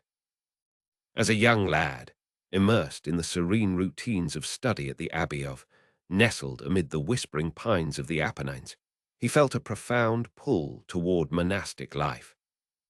He even took the tonsure, that symbolic shaving of the head marking entry into clerical orders, envisioning a future of prayer, contemplation, and scholarly seclusion far from the world's clamor. Yet fate, or perhaps his father's practical ambitions, steered him away. The innovative composer and music theorist, who had already begun dismantling ancient harmonic rules through weighted strings and measured tones, recalled his son to Pisa for a more worldly education in medicine. This fleeting brush with vows left an indelible mark, a quiet piety that infused his later of science as harmonious with divine creation, viewing the universe not as a challenge to faith, but as God's mathematical masterpiece to be deciphered with humble wonder. Music, that familial inheritance, remained a lifelong companion, a profound talent often overshadowed by his astronomical feats. Taught to master the lute from an early age, Galileo played with such exquisite proficiency that contemporaries whispered he could have graced the courts of Europe as a virtuose had curiosity not led him elsewhere. His fingers, later destined to grind lenses and sketch parabolas, first danced across fretted strings, evoking melodies that captured the soul's subtleties. This artistry deepened into scientific inquiry. In his celebrated work, The Essay of 1623, Galileo delved into the very nature of sound, conducting subtle experiments by scraping a chisel across a brass plate, observing how the pitch of the resulting tone corresponded to the fineness of the filings produced. Higher notes from finer particles, revealing that sound traveled in waves of frequency, invisible undulations akin to ripples in water or light through space. These insights, born in quiet workshops amid the hum of Paduan life, linked the harmony of instruments to the cosmic rhythms he observed, a hidden bridge where art illuminated science's secrets. Inventions, too, flowed from this versatile mind in whimsical yet practical forms, solving everyday enigmas with the same elegance he applied to celestial puzzles. Amid the demands of family and finances, Galileo designed a mechanical tomato picker, a clever assembly of levers, scoops, and gentle grippers to harvest ripe fruit from vines without a single bruise, perhaps inspired by the bountiful Tuscan gardens surrounding his villa or idle chats with local farmers during summer strolls. Another ingenious creation combined candles with strategically angled mirrors, channeling flickering light through dim hallways to illuminate paths in homes or palaces with minimal wax, a thrift born of necessity in his often modest circumstances, yet echoing his fascination with reflection and refraction, principles that would sharpen his telescopes and unveil the moon's shadowed craters. These overlooked gadgets, sketched in the margins of notebooks filled with grander theories, whispered of a polymath who saw opportunity in the ordinary, turning harvest chores or evening shadows into canvases for innovation. Even in his boldest revelations, caution veiled his steps, a prudence honed against the plagiarism rampant in scholarly circles. To claim priority without premature exposure, Galileo encoded discoveries in anagrams, artful scrambles of Latin letters dispatched to patrons as enigmatic proofs. When the enigmatic forms of Saturn first puzzled him in 1610, strange triple-bodied appearances that shifted and vanished over months, he pennied SMASMR later unscrambled to ALTSSIMUM, PLANETAM, TRGMINUM, OBSERVAVI, or I have observed the highest planet triple-formed. These ears, or appendages, actually the planet's magnificent rings viewed edge-on through his imperfect lenses, baffled him. He speculated moons or illusions, a riddle unsolved until Huygens's clearer gaze revealed their icy truth in 1655. Similarly, in charting Jupiter's moons, he unwittingly noted Neptune's faint gleam, a distant star shifting subtly, the azure giant captured unknowingly in sketches, its planetary nature hidden for centuries until 1846. Errors, too, marked his path with human humility. His theory of tides, attributing oceanic rhythms to Earth's dual motions like water sloshing in a carried basin, dismissed lunar influence as fanciful, overlooking gravity's gentle pull that Newton would later explain. Yet such missteps fueled progress, his willingness to hypothesize from evidence, a quiet revolution in method. And in death's aftermath, a final veil of mystery, buried first in obscurity and in 1642 as penance for heresy, Galileo's remains were exhumed nearly a century later in 1737 for reinterment beside Michelangelo. Amid the solemn transfer, ardent admirers discreetly claimed relics, a tooth, vertebrae, 3 fingers, as sacred tokens of defiance. The middle finger, preserved through time, now stands defiantly upright in Florence's Galileo, encased in glass and pointing eternally toward the heavens he unveiled, a silent gesture of enduring truth. Thus, from monastic whispers to lute-born waves, tomato-picking whims to encoded rings, Galileo's tapestry weaves richer with each hidden thread. Aspiring monk, acoustic pioneer, everyday inventor, errant tide theorist, unwitting Neptune spotter, whose pilfered finger still salutes the stars. A lullaby of layered wonders inviting slumber's embrace where piety and curiosity harmonize eternally. The vast cosmos, with its veiled rings and distant gleams, turns softly onward, cradling dreams of revelations yet to come. Let the hushed cadence of pendulum swings carry you onward through the timeless rhythms of Galileo discoveries, where the gentle tick of imagined clocks mingled with the silent pulse of falling bodies, unveiling laws that governed both the smallest motion and the grandest celestial dance. In the secluded workshop of his Paduan years, amid scattered balls of ivory and wax rolling down smooth wooden planes, Galileo pursued a dream that would outlast his sight, the harnessing of the pendulum's steadfast rhythm for precise timekeeping, a vision born from that fateful sway of the cathedral lamp in Pisa's dim nave. Observing how each arc, wide or narrow, consumed nearly the same fleeting moments when timed against his own steady heartbeat, he grasped the of pendulums, their swings indifferent to amplitude in gentle arcs, a hidden constancy in nature's chaos.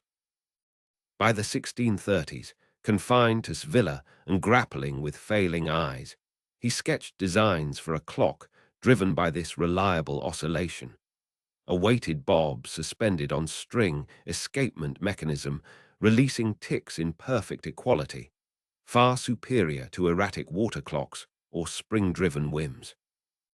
Though arthritis and blindness prevented him from crafting the device himself, he dictated detailed plans to his devoted son and young disciple, who attempted prototypes in the villa's quiet rooms. The full realization awaited Huygens in 1656, whose pendulum clock revolutionized navigation and astronomy, yet the seed was Galileo's, planted in patient observations that whispered of time's measurable flow, a gentle revolution turning erratic hours into precise seconds. This quest intertwined with deeper explorations of motion itself, where Galileo dismantled Aristotle's ancient edicts with quiet experiments that revealed inertia's subtle truth. Rolling spheres down inclined planes of varying angles, he measured accelerations with water clocks dripping steadily into vessels, discovering that speed increased uniformly with time, distance proportional to time's square, a parabolic grace in projectile paths, cannonballs arcing predictably across imagined battlefields. In his final dictated masterpiece, the discourses on two new sciences smuggled to Holland in 1638, these findings shone as defiant light amid house arrest's shadows. Bodies in motion persist unless impeded, a principle Newton would later crown as his first law, yet rooted in Galileo's garden trials under Venetian skies. Magnetism, too, drew his curious gaze, a force as mysterious as gravity, yet tangible in Lodestone's silent pull. Building on Williams, Galileo experimented with iron spheres and needles, pondering terrestrial magnetism as Earth's own hidden property, perhaps aligning compasses toward poles like an internal virtue. He crafted improved lodestones for naval use, armatures enhancing their strength for mariners seeking reliable north, a practical gift to the Venetian arsenal, where his military teachings already shaped fortifications against Ottoman threats. Among disciples, emerged as a faithful shadow in later years, arriving in 1639 as a youthful assistant, recording dictated thoughts, tending the agging master through blindness and pain.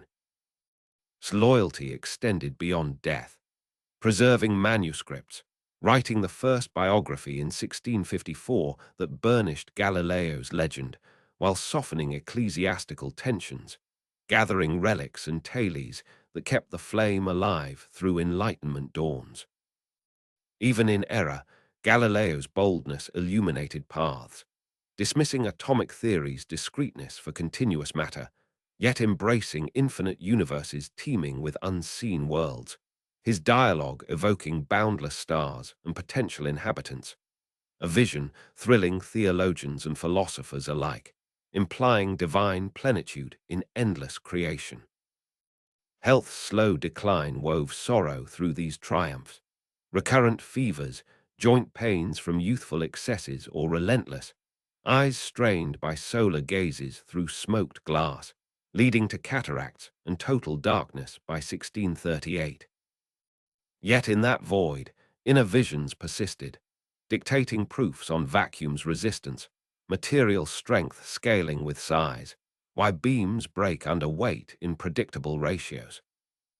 And in the villa's garden, amid olive groves overlooking Florence's distant spires, Galileo found quiet communion with nature's simpler wonders. Tending vines, Maria Celeste's candid fruits before her passing, listening to birdsong or reading aloud, his mind still tracing orbits unseen. Thus, from pendulum dreams to magnetic pulls, inertial whispers to infinite vistas, Galileo's legacy deepens in these gentle layers. Clock visionary, motion's quiet lawgiver, lodestone enhancer, faithful mentor, errant atomist yet boundless dreamer, whose blindness could not dim the light he kindled, a soothing symphony of inquiry lulling us toward rest, where time swings eternally and discovery knows no end. The rhythms he uncovered, from heartbeat-timed arcs to parabolic flights, endure in silent harmony, cradling dreams of measured wonders, yet unexplored. Let the subtle arc of a projectile's silent flight draw you gently onward through the hidden trajectories of Galileo's inquiries, where balls of wax and ivory traced graceful parabolas in sunlit gardens, unveiling the invisible laws that govern both cannon fire and the moon's quiet orbit around Earth. In the fruitful seclusion of his Paduan workshop, surrounded by inclined planes crafted from smooth pine and timed with dripping water clocks, Galileo pursued the secrets of falling bodies with patient precision, a quest that quietly overturned centuries of Aristotelian decree. Aristotle had claimed objects fall, a notion Galileo dismantled through careful trials, dropping spheres of differing weights from heights or rolling them down ramps, observing they reached the bottom nearly together when air resistance was minimized, proving acceleration constant and independent of mass. Extending this to projectiles launched at angles, he realized their paths formed perfect parabolas, horizontal motion uniform, vertical accelerated by gravity's steady pull, insights sketched in notebooks and later dictated in blindness as the discourses on two new sciences. These parabolic curves, born in garden experiments under Venetian skies, allowed gunners to predict trajectories with mathematical certainty, transforming artillery from guesswork to science, a hidden gift to the military arts he taught privately to noble students. This mastery of motion extended to the strength of materials themselves, pondered in quiet evenings as Galileo contemplated why nature sets limits on size. In the discourses, he explored scaling laws with elegant reasoning. A beam's strength grows with the square of its thickness, yet weight with the cube, explaining why colossal statues or mythical giants would collapse under their own mass, bones needing impossible girth, ships beyond certain length snapping like twigs. These insights, dictated to amidst olive groves, foreshadowed engineering principles that would guide bridges, cathedrals, and machines centuries later, a gentle warning from nature's mathematics against hubris in design. Vacuum, too, beckoned as a forbidden frontier, a space Aristotle denied, yet Galileo probed indirectly. Though lacking pumps to create true voids, he reasoned on falling bodies in airless realms, feathers and hammers descending equally, a thought experiment Newton would confirm on lunar surfaces, while debating resistance in imagined empty spaces, concluding motion persists eternally without friction, the seed of inertia's full bloom.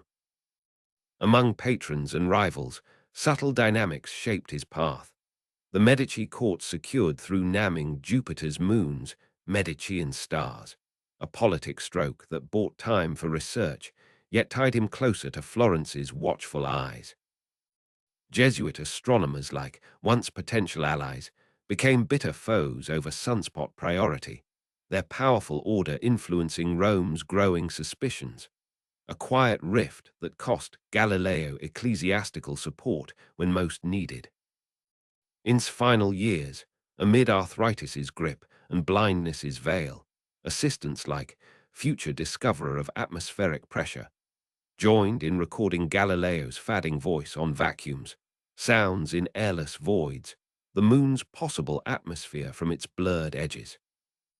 These young minds carried seeds northward, as barometer experiments echoing Galileo's hydrostatics, as biography preserving tailies while softening edges for cautious times. Health's quiet toll deepened the isolation.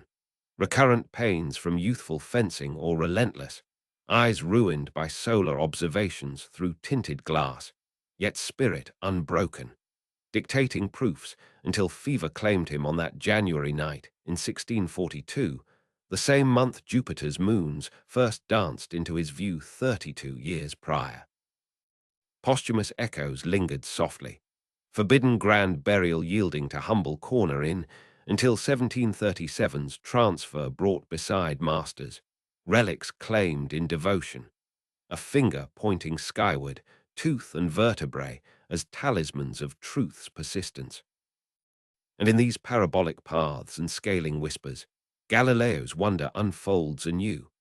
Artillery's mathematician, giant-slaying reasoner, vacuum dreamer, patron navigator, Jesuit rival, mentor to torchbearers, whose final dictation's darkness, a soothing arc of inquiry inviting rest, where gravity's gentle curve cradles all motion in eternal grace. The laws he traced, from garden ramps to imagined voids, govern silently still, lulling dreams of trajectories unending. Let the faint shimmer of lunar craters, sketched by candlelight, guide you deeper into the artistic soul of Galileo, where the precision of a painter's brush mingled with the clarity of a scribe, revealing a man who saw beauty and truth as inseparable companions in the quiet pursuit of understanding. In the vibrant intellectual ferment of Florence, beyond the shadowed debates of cosmology, Galileo nurtured a profound appreciation for the visual arts, a passion kindled in youth and sustained throughout his restless life. As a young scholar, he formally joined the Dell, Florence's prestigious Academy of Drawing Arts, where he not only studied, but later advised leading painters on the mathematics of perspective, chiaroscuro, the subtle play of light and shadow, and foreshortening, helping them achieve illusions of depth that mirrored the three-dimensional realities his telescope unveiled. His close friend, a prominent artist, this bond by incorporating Galileo's lunar observations into religious masterpieces. In the Great Dome fresco of Maria in Rome around 1612, the Virgin Mary stands upon a moon not as the flawless sphere of ancient tradition, but scarred with craters and mountains, a quiet insertion of empirical truth into sacred iconography that slipped past watchful eyes, yet marked a subtle revolution in how the heavens were depicted. This artistic sensibility extended to his own hand. Galileo's drawings of the moon, executed with delicate shading to capture the raking light across rugged terrain, were not mere records, but works of nuanced artistry, influencing generations of illustrators and painters to render celestial bodies with earthly realism rather than idealized perfection. He even cultivated talent as a painter in his early years, seriously contemplating a career in the arts before mathematics claimed him fully, his sketches revealing an eye attuned to proportion and harmony, much like the musical ratios inherited from his father. Sound, too, resonated deeply in Galileo's world, a realm where art and science converged in vibrating waves. Building on pioneering experiments, those quiet trials weighing strings to prove pitch rose with the square root of tension, challenging Pythagorean ideals, Galileo delved into acoustics with hands-on curiosity. In workshops filled with the scrape of tools, he drew a chisel across a brass plate, noticing how the pitch of the resulting tone aligned with the fineness of metallic filings produced. Finer particles yielding higher notes, a revelation that sound propagated in invisible waves of frequency, undulating through air like ripples across a pond. These insights, shared in the assayer amid witty polemics, linked the lute's melodies to nature's fundamental rhythms, a hidden harmony where musical consonants mirrored the mathematical order of the cosmos. Practical inventions flowed from this versatile mind, in forms both ingenious and intimate. Around 1592, Galileo crafted the thermoscope, an elegant glass vessel with a long neck, partially filled with water or alcohol, where spheres or liquid levels rose and fell with temperature's subtle shifts, a forerunner to the thermometer used for measuring fevers or environmental changes long before sealed mercury devices refined the art. This delicate instrument, born of medical curiosities, yet applied broadly, whispered of heat's invisible dance, much like his thermoscope's air-expanding predecessor. Even in celestial vigils, serendipity gifted obscure encounters. While meticulously charting Jupiter's moons in 1612-1613, Galileo noted a faint, shifting star nearby, unwittingly recording Neptune's position. The distant ice giant glimpsed decades before its official discovery in 1846, a fleeting brush with a world far beyond known bounds, dismissed amid greater wonders, yet preserved in faded sketches as a quiet prophecy. Family echoes lingered softly through these pursuits. His daughters, Virginia, and cloistered as sisters Maria Celeste, and their illegitimacy a societal shadow that barred conventional marriages, yet deepened epistolary bonds of devotion. Maria Celeste's letters, brimming with embroidered gifts and herbal remedies, sustained him through isolation, her early death a profound grief eclipsing even the trial's wounds. Controversies, too, carried hidden nuances. The Leaning Tower drops, perhaps more thought experiment than public spectacle, yet recounted by Disciple as drawing crowds to witness weights falling in unison, dismantling Aristotle's edicts with dramatic flair. And in posthumous reverence, relics claimed in 1737's solemn transfer, a middle finger raised eternally in Florence's museum, tooth and vertebrae, as tokens of unyielding spirit, while the Church, in 1992, acknowledged procedural errors in his case, closing a chapter with quiet reconciliation. Thus, layer upon luminous layer, Galileo's portrait enriches. Academy artist advising on lunar frescoes, acoustic wave discoverer scraping brass in wonder, thermoscope sensing heat's secrets, unwitting Neptune observer, devoted father across convent walls, whose relics defy time's passage, a soothing tapestry of art-infused inquiry, lulling us toward dreams where beauty and evidence entwine in endless grace. The craters he sketched with artist's care still cast eternal shadows, cradling slumber in the moon's gentle, rugged light. Let the soft rustle of olive leaves in a garden whisper you deeper into the twilight years of Galileo's life, where isolation became a quiet sanctuary for reflection, and even blindness could not eclipse the inner light of a mind, forever reaching toward the infinite. In the hushed villa overlooking Florence's distant domes, confined by house arrest, yet unbound in thought, Galileo turned inward with the same relentless curiosity that once ground lenses under Paduan moons. Arthritis twisted his fingers, fevers came and went like unwelcome visitors, and by 1638 a slow veil of darkness descended, cataracts from years straining at the sun through smoked filters, or perhaps the toll of endless nights charting stars.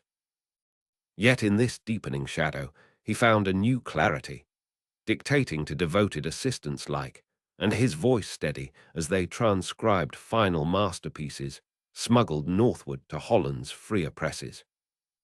The discourses on two new sciences, published in 1638, gleamed with defiant brilliance.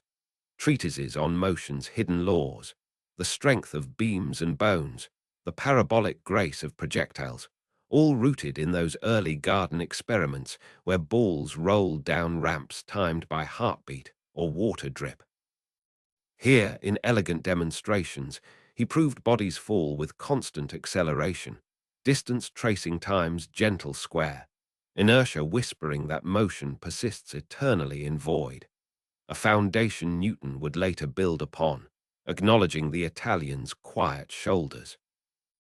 These dictated pages pondered deeper mysteries. Why nature forbids giants, scaling laws revealing that larger creatures demand disproportionate strength, bones thickening impossibly or collapsing under cubic weight while support grows merely square. A mathematical mercy limiting size in beasts and beams alike. He mused on vacuums, imagining feathers and hammers falling equally in airless realms, resistance absent, eternal glide. Sound in void. None, he concluded, waves needing medium like light needs ether, insights probing boundaries Aristotle never dreamed. Daily rhythms that offered gentle solace amid confinement, mornings tending vines or herbs in the garden, fingers brushing soil though sight failed, afternoons with reading aloud from ancient texts or fresh letters, evenings listening to lute strings plucked by visitors, melodies evoking youthful harmonies his father taught. Food arrived from loyal friends, simple Tuscan fare, bread and wine, occasional delicacies smuggled past guards. Maria Celeste's absence lingered. Her 1634 death from plague after nursing convent sisters left a void deeper than any recantation. Her surviving letters, tender with embroidered collars and candid citron, were reread by touch or voice, her devotion a lingering warmth. Visitors slipped through watchful eyes, young, experimenting with mercury barometers inspired by Galileo's hydrostatics, measuring air's weight in quiet rooms. English poet John Milton in 1638, hearing the aged sage speak of truth's persistence amid censorship, later echoing in Paradise Lost's vast cosmologies. These fleeting connections sustained him, seeds carried outward to bloom in academies beyond Italy's borders. Faith remained a steady anchor, daily prayers, viewing creation as divine poetry written in mathematical script, science illuminating rather than opposing scripture, a harmony he defended to the end, regretting only the Church's fear of new readings. Astrology intrigued mildly, celestial influences possible yet secondary to empirical proof. Comets, once omens, became mere atmospheric in his debates, stripping superstition with gentle reason. Posthumous journeys carried his spirit farther.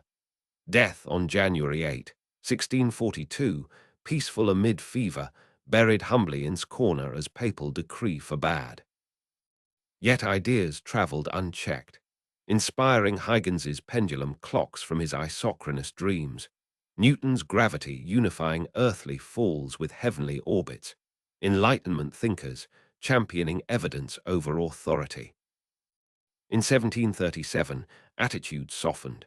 Remains moved to tomb beside Michelangelo, relics quietly claimed, a middle finger raised eternally in Galileo, pointing skyward in silent salute, tooth and vertebrae preserved as talismans of defiance through centuries.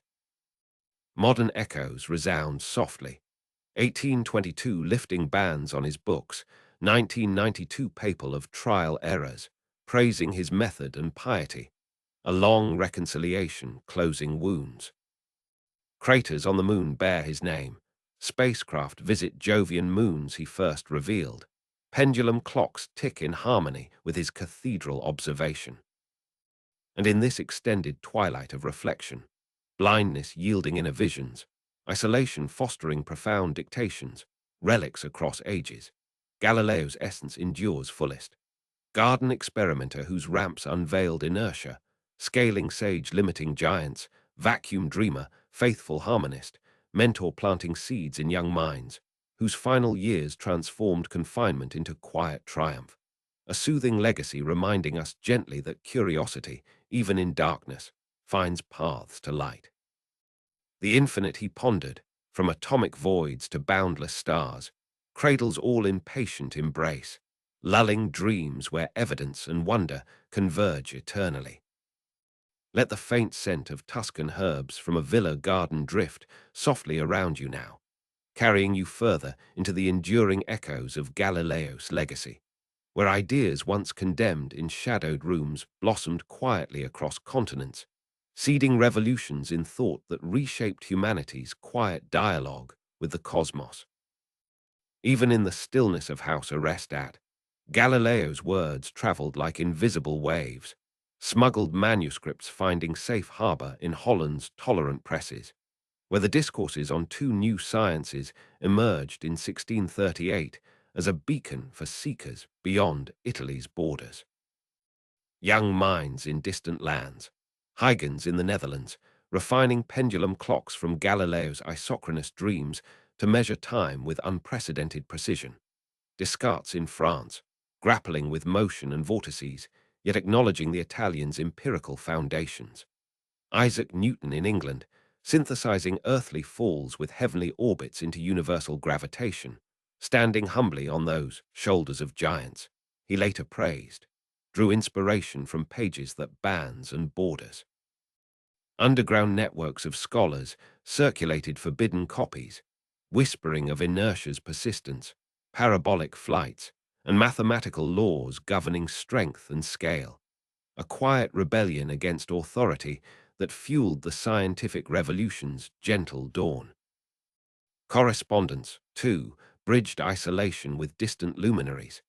Letters exchanged within Prague, the German astronomer whose elliptical orbits complemented Galileo's telescopic proofs, though they never met, rejoicing in as confirmation of his own dreams.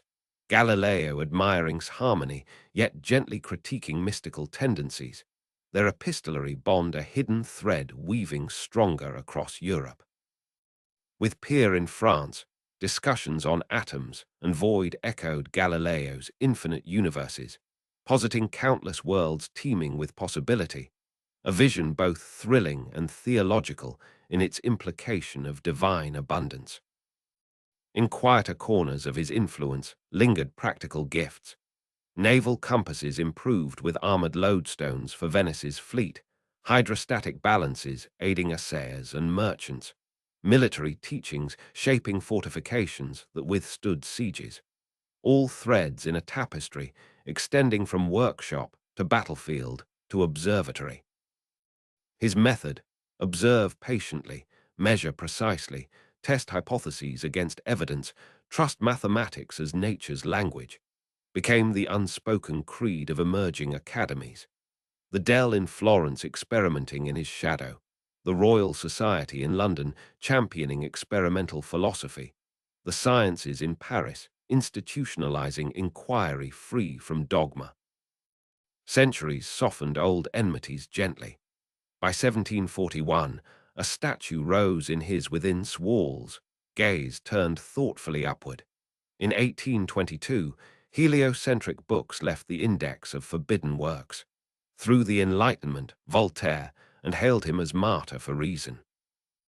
Modern reconciliation came fullest in 1992, when Pope John II reflected on the trial's mutual misunderstandings, affirming Galileo's deep faith and the Church's evolving dialogue with science, a healing whisper across time's vast expanse. Relics endure as tender reminders. That defiant middle finger in Florence's Galileo, encased eternally pointing skyward. Instruments preserved, telescopes he ground, compasses he scaled, inviting visitors to touch the past's quiet ingenuity. Lunar craters bear his name beside those he first sketched.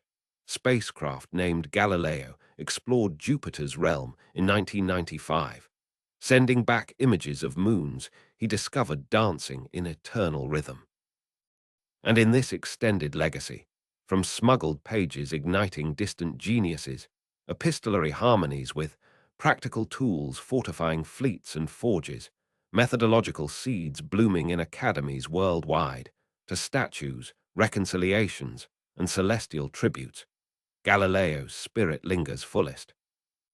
Condemned yet change, isolated yet connecting minds across eras, whose gentle insistence on evidence over edict reshaped our gaze upon the stars, a soothing inheritance reminding us softly that truth, like light from distant worlds, arrives patiently, illuminating all who wait with open wonder.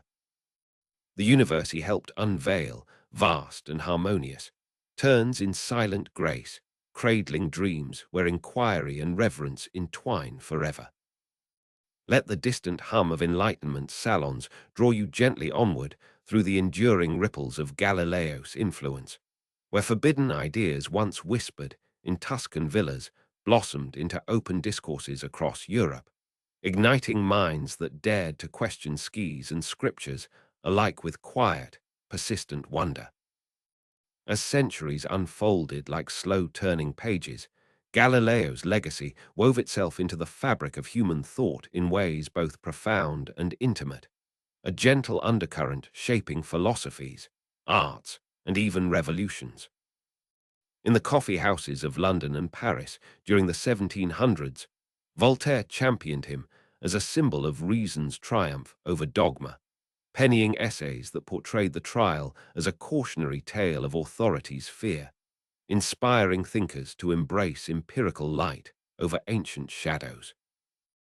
Echoed his method, observation, experiment, mathematical clarity, as the new gospel of progress, entries on astronomy and mechanics citing his parabolic paths and inertial whispers as foundations for a world remade by evidence. Across the Channel, the Royal Society's early fellows, Robert designing microscopes, charting comets, built upon his telescopic revelations, viewing Jupiter's moons or Saturn's enigmas with instruments refined in his spirit, turning personal curiosity into collective pursuit. In quieter realms of culture, his story inspired artistic reflections. Operas and plays dramatizing the recantation's tragedy, painters the aged sage in his garden gazing blindly skyward, evoking the human cost of discovery.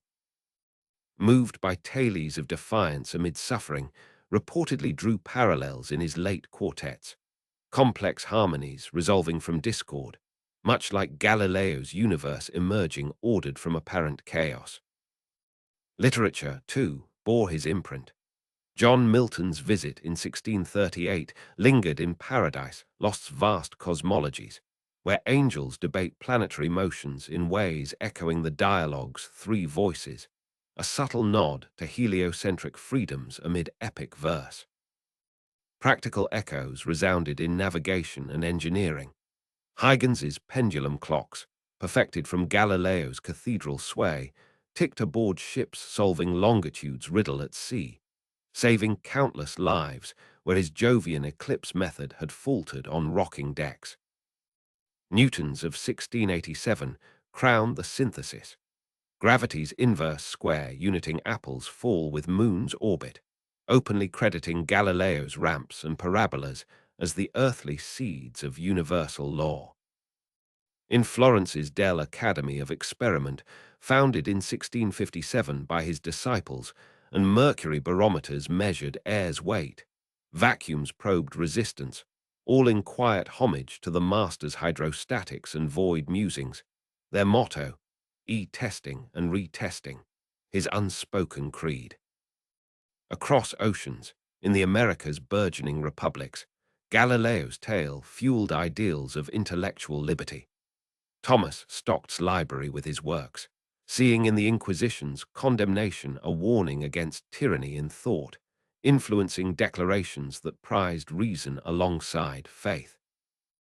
In the 19th century, as telescopes grew, astronomers like Williams swept deeper skies, discovering Uranus and countless nebulae in the boundless universe Galileo first posited infinite, teeming with stars beyond naked sight. Even in the 20th and 21st centuries, his spirit endures softly. Spacecraft bearing his name journeyed to Jupiter in 1989-2003. Diving into atmospheres and photographing moons he first glimpsed as dancing points, confirming stormy worlds and icy Europas with subsurface oceans whispering of potential life. Lunar craters by Apollo astronauts bear his name beside those he sketched with artist's care, a permanent inscription on the rugged face he unveiled. In classrooms worldwide, pendulums swing in demonstrations of balls roll down ramps tracing time's square. Young minds grasping inertia's quiet persistence through hands-on echoes of his garden trials. And through it all, reconciliations arrived like gentle dawns. The Vatican's 1992 commission reflecting on mutual faults, his piety and method. Observatories atop modern towers peering farther than his cardboard tubes ever dreamed, yet always tracing lineage back to that Paduan rooftop vigil. In this vast, extended legacy, from Enlightenment salons to strings, libraries to Jovian probes, classroom pendulums to lunar tributes, Galileo's essence radiates fullest.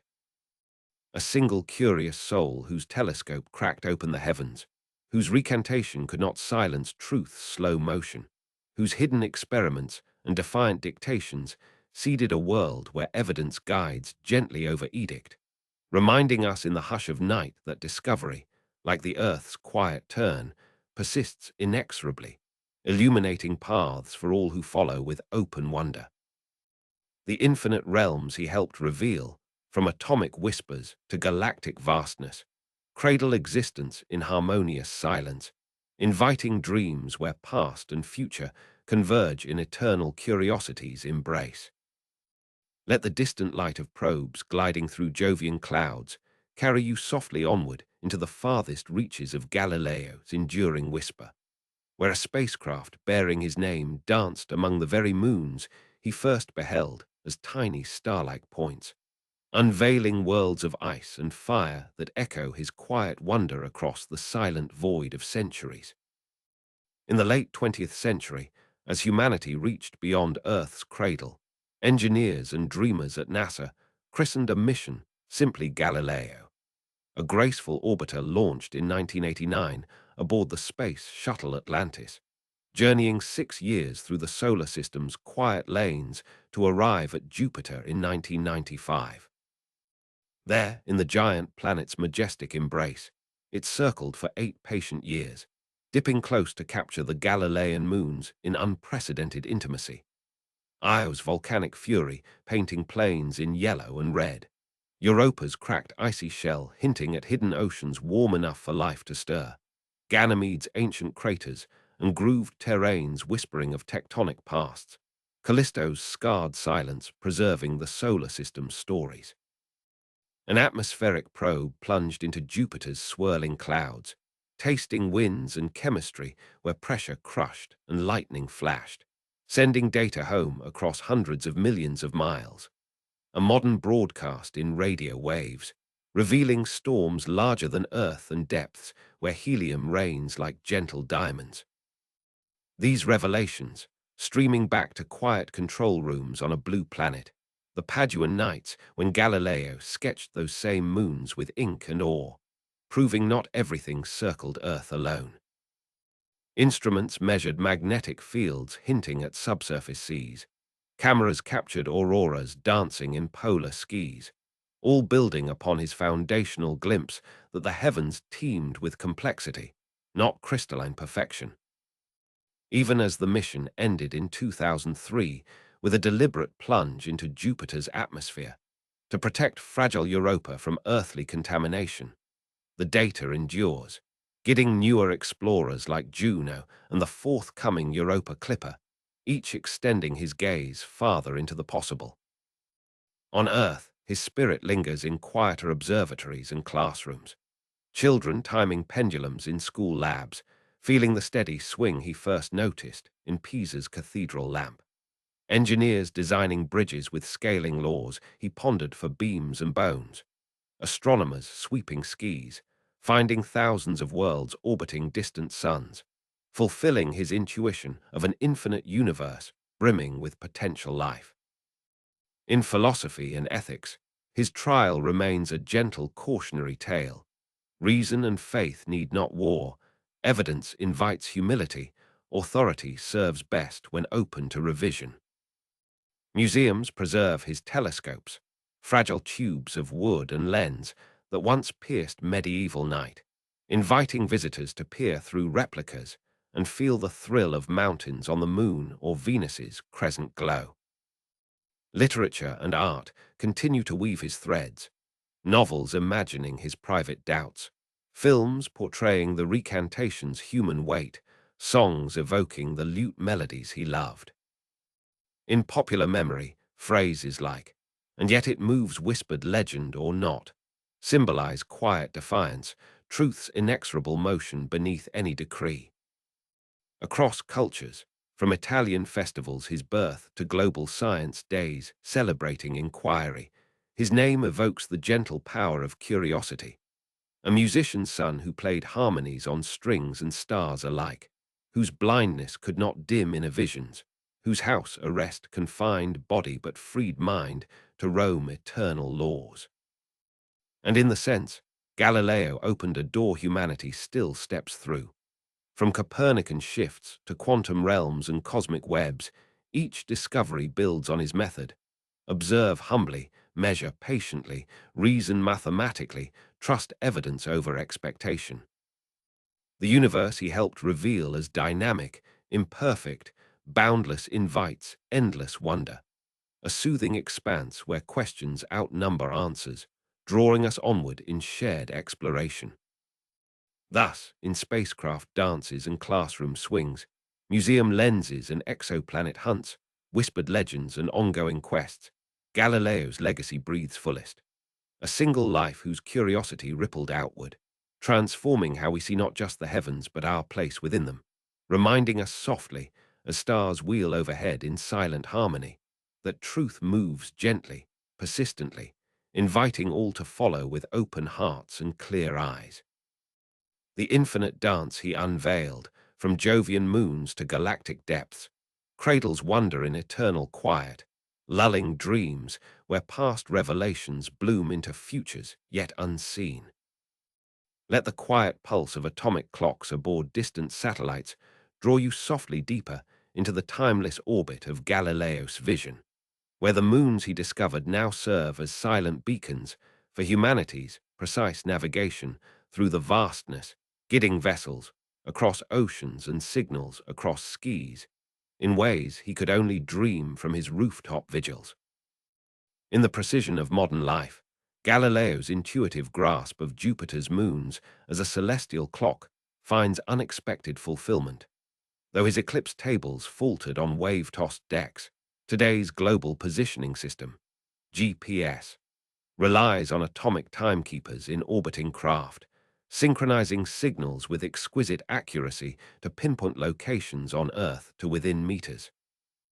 Each satellite, circling in measured harmony, echoes the rhythmic dance of Io, Europa, Ganymede, and Callisto that so thrilled him in 1610, turning his thwarted longitude solution into the backbone of a world connected by invisible threads, drivers tracing roads in unfamiliar cities, aircraft gliding safely through clouds, emergency responders racing toward need, all indebted to the patient timing of celestial motions he first proposed as a universal reference. This quiet inheritance extends to the very fabric of timekeeping itself. From his cathedral lamps sway birthing pendulum dreams, realized by Huygens and refined across centuries into grandfather clocks ticking in quiet homes, to quartz crystals vibrating in wristwatches and atoms oscillating in standards defining the second with billion-year stability. Every smartphone chime, every synchronized broadcast, every heartbeat monitor in hospitals traces lineage back to that young medical student's pulse timing bronze swings in incense-scented air. A gentle revolution making time not the domain of sundials or sand, but of measurable, reliable rhythm. In philosophy's deeper currents, Galileo's insistence that nature speaks mathematics reshaped human self-understanding, demoting Earth from cosmic center, yet elevating mind's capacity to comprehend vast order, fostering humility amid grandeur, a shift Kant later pondered as awakening from dogmatic slumbers, as the dawn of modern, where world becomes calculable yet wonder persists. Existential thinkers found in his trial the tension of authentic inquiry against conforming crowds, his recantation a complex surrender preserving inner freedom, much like Socrates' hemlock or flames, quiet acts affirming truths worth even in silence. Cultural reflections bloom endlessly. In cinema, films like Play adapted to screen portray the dialogue's voices debating under candlelight, humanizing the conflict. In music, Philip Glass's opera Galileo weaves lute motifs with modern minimalism, evoking his musical soul amid telescopic revelations.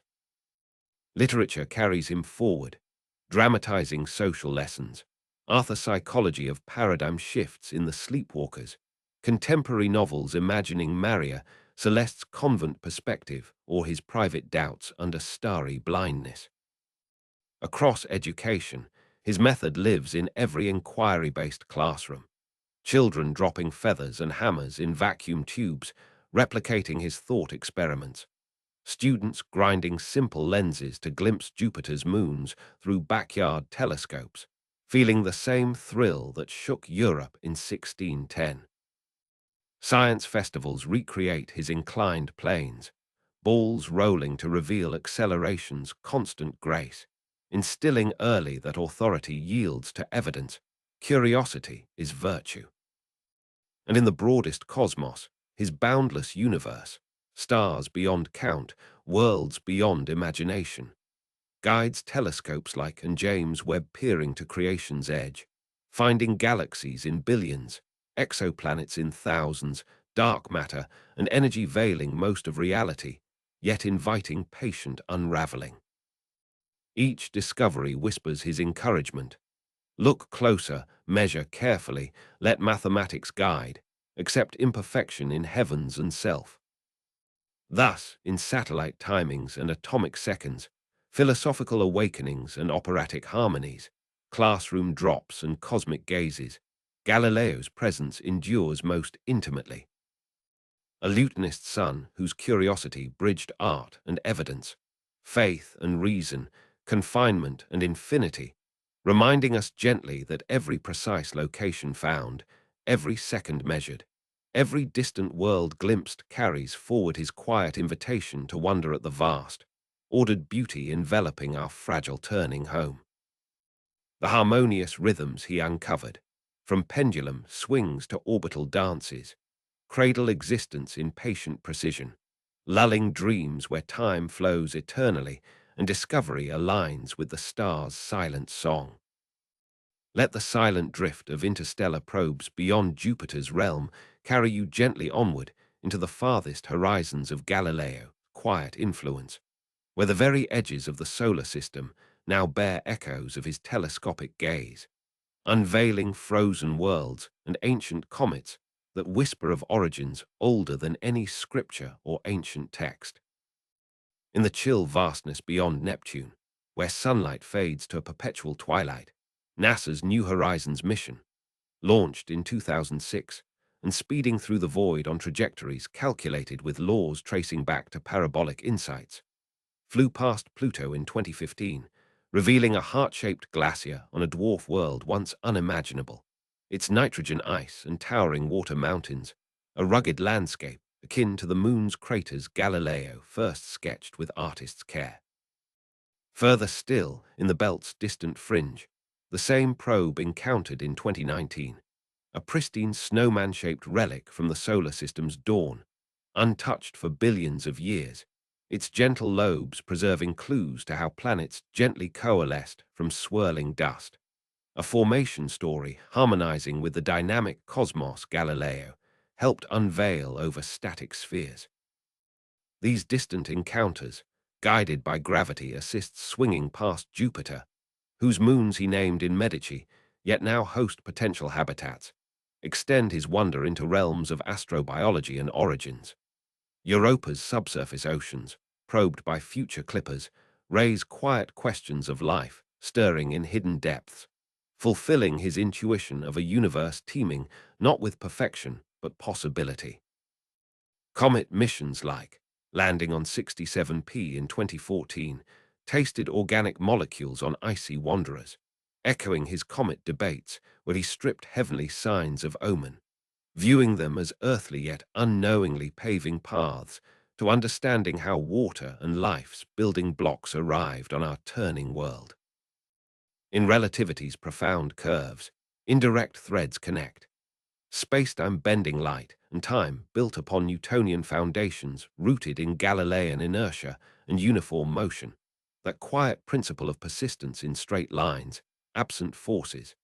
A transformation of reference frames Galileo, first glimpsed in ships dropping objects from masts, motion relative yet laws invariant, a seed blooming into equations describing black holes and expanding universes. Philosophy and ethics continue to draw from his well. In bioethics debates over CRISPR and designer futures, his trial cautions against rushing to condemn new knowledge. In environmental reflections, his demotion of Earth from center fosters stewardship of a fragile planet adrift in vastness, not dominion's hub.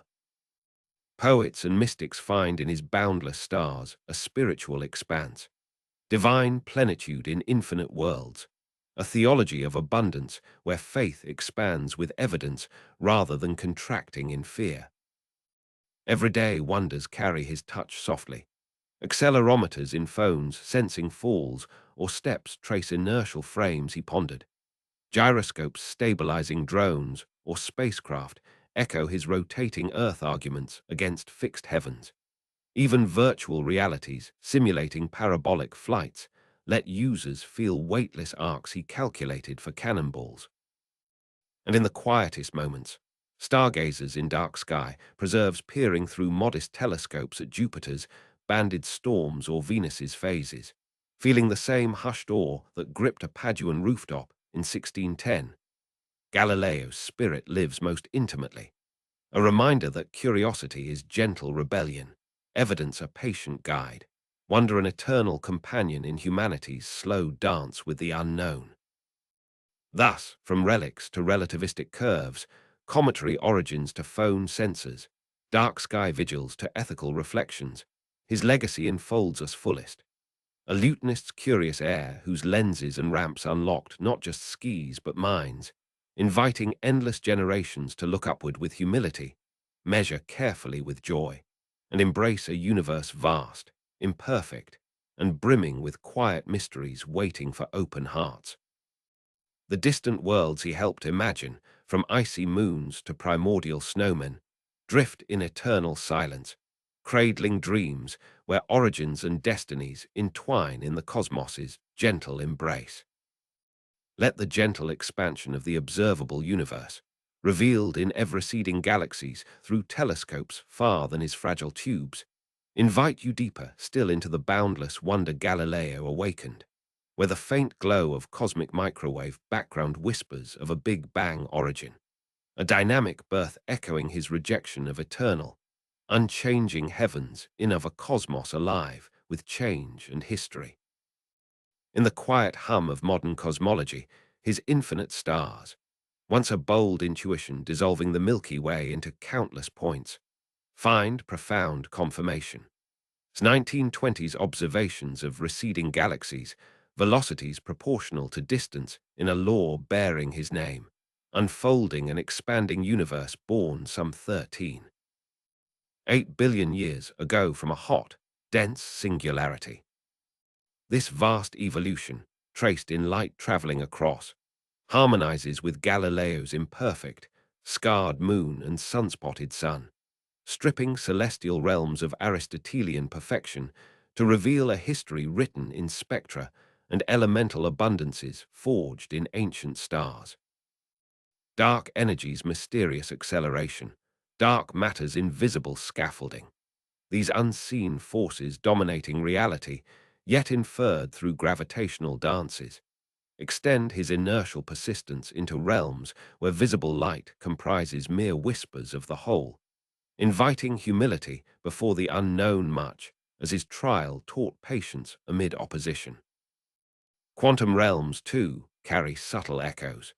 Though classical in scope, his mathematical language of nature prefigures wave-particle dualities and probabilistic realities, where particles persist in superposition until observed, measurement collapsing possibilities in ways reminiscent of his insistence that evidence, not authority, resolves debates.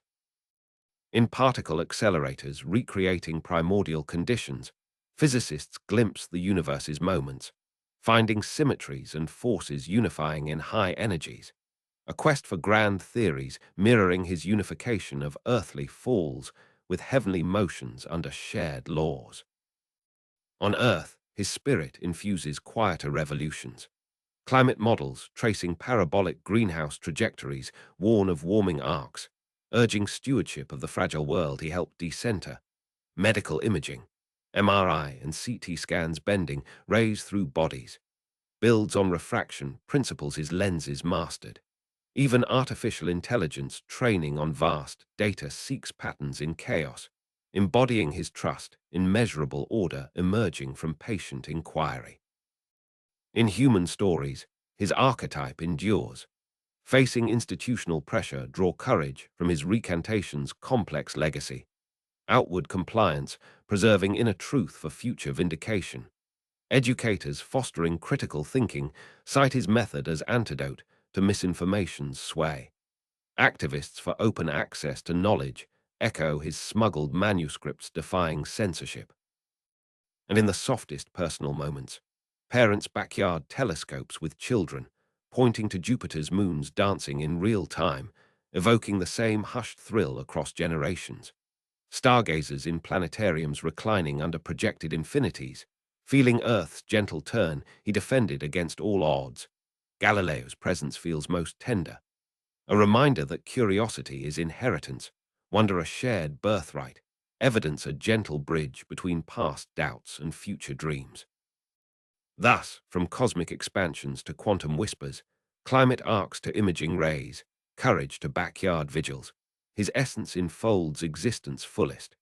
A single life whose quiet observations rippled into understanding the universe's birth, hidden forces, and our humble place within it, inviting endless souls to gaze upward with the same patient awe that once filled a villa garden under blinded yet visionary eyes. The grand tapestry he helped weave, from Big Bang echoes to everyday inquiries, unfolds in eternal quiet, cradling dreams where beginnings and horizons merge in wonder's soothing light. This mysterious journey ends here, but stay tuned for more untold stories in our next video. Subscribe to the channel and hit the bell icon so you don't miss any new stories.